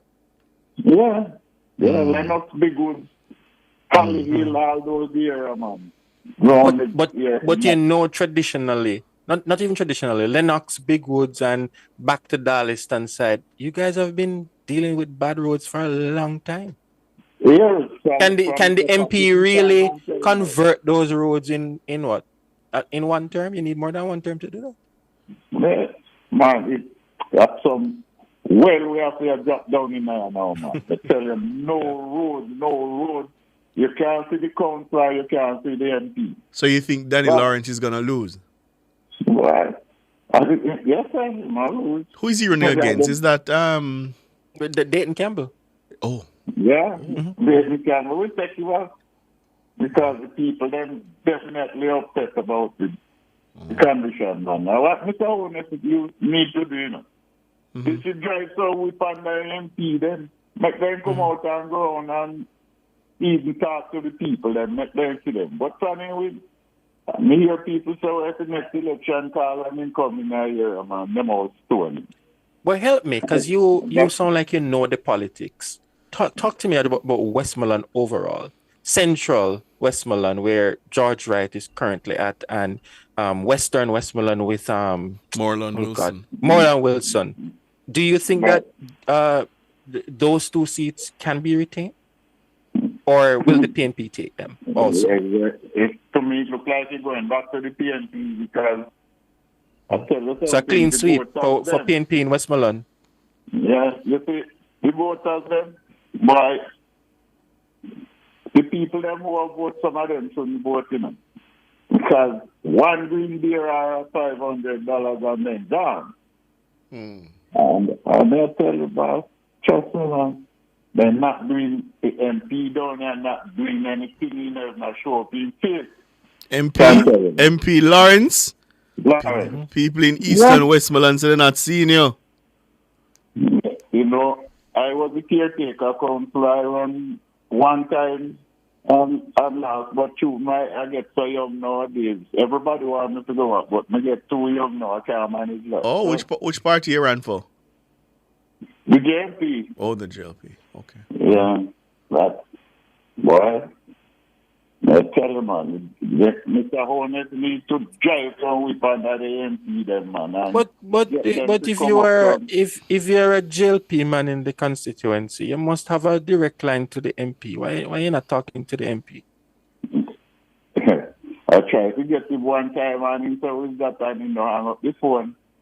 Oh. Well, here's the thing, Errol. I take your point that the MPs. This is Neville. Neville, I'm sorry. I take your point that the MPs need to be out there more and more active on the ground. The Prime Minister is one person. And it will take all of them and the councillors to sell whatever message they think needs to be sold to Jamaican people. I agree with you on that. Yeah, but we're not seeing him. And that's what you see how you can't lose, you know. Now, so them put them such in a team constituency that they can't win, you know, because take all Sunday and go sit down. That's J.C. Hutchinson? I went in on nothing there. No, but you see, you can't compare J.C. Hutchinson and that seat in St. Elizabeth to a Western Westmoreland, because we know traditionally orange. That seat is an orange seat. Yeah. And Ricardo will tell you, I was surprised on election night that the JLP won that seat. Yeah, man. I did tell Mr. Hughes all 3 seats down and gone.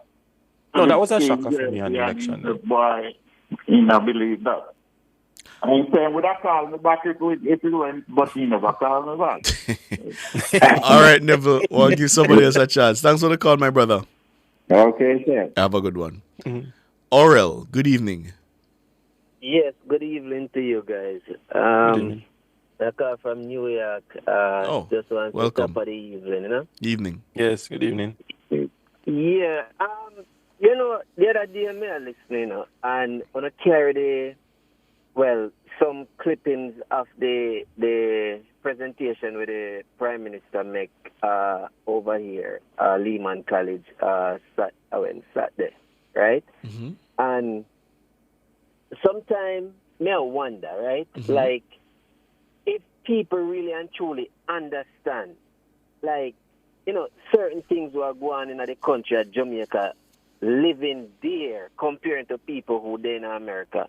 And sometimes I wonder if because not everyone, as I said, listen to news or maybe have the internet sometime where you can actually listen things like on a wide scale. You know, because I hear Colonel Charles say something today, you know, and it's so true. It's like, me and talk about back in the days, right?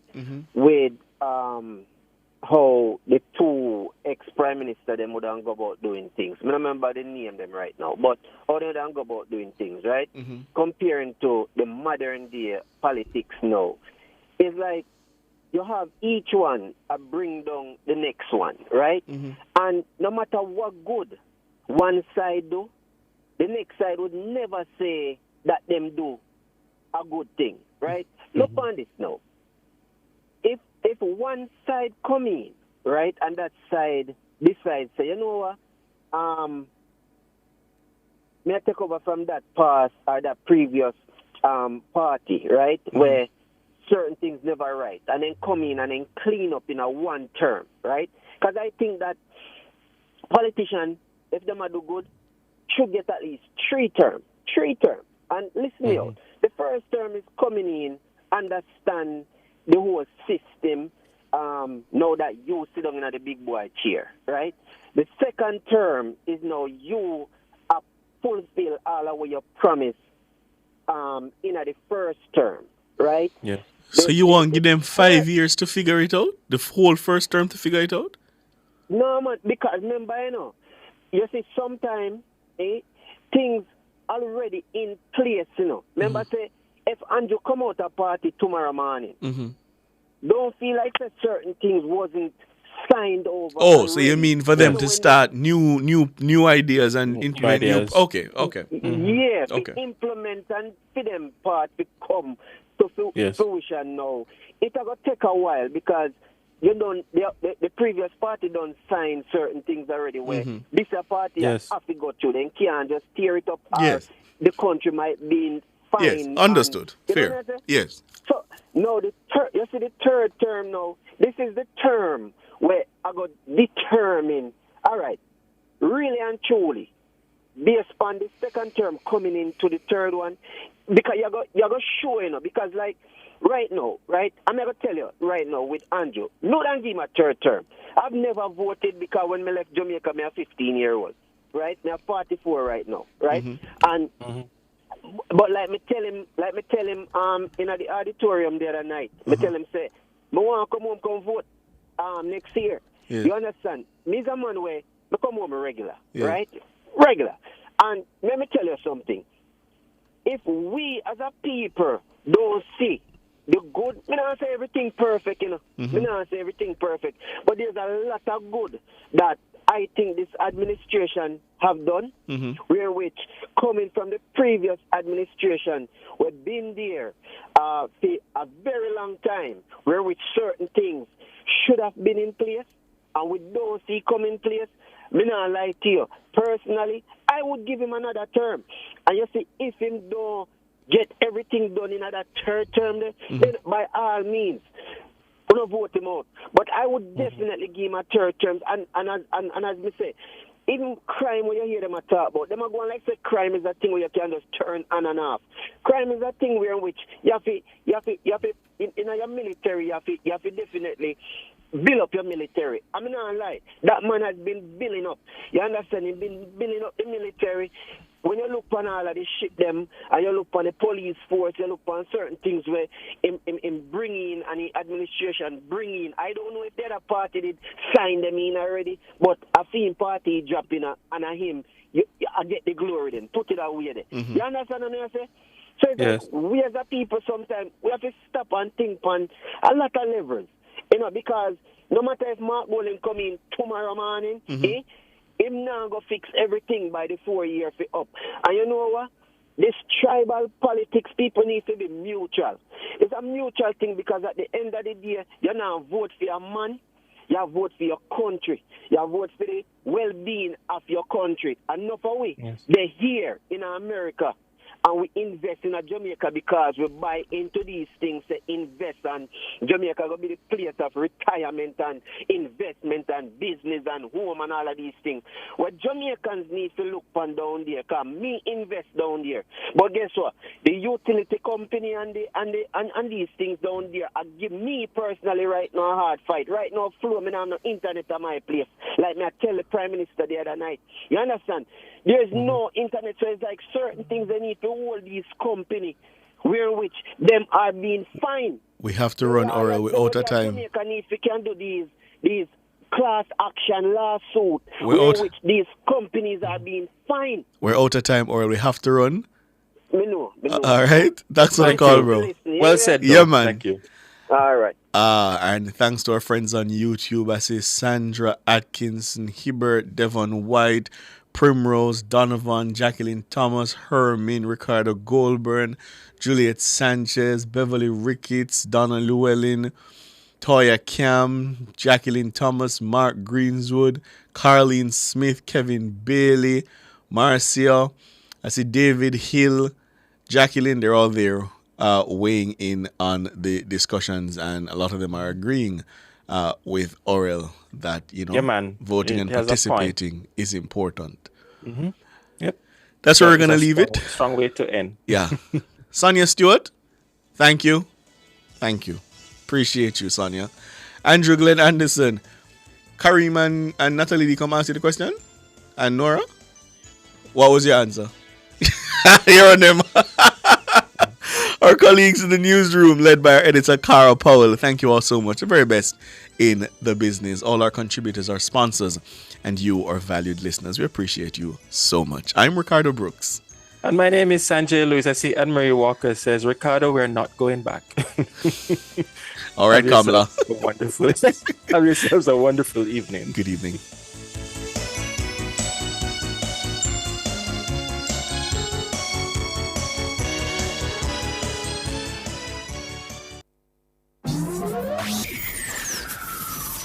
Taboo topics, Riveting discussions, celebrity news and interviews, topics that are shunned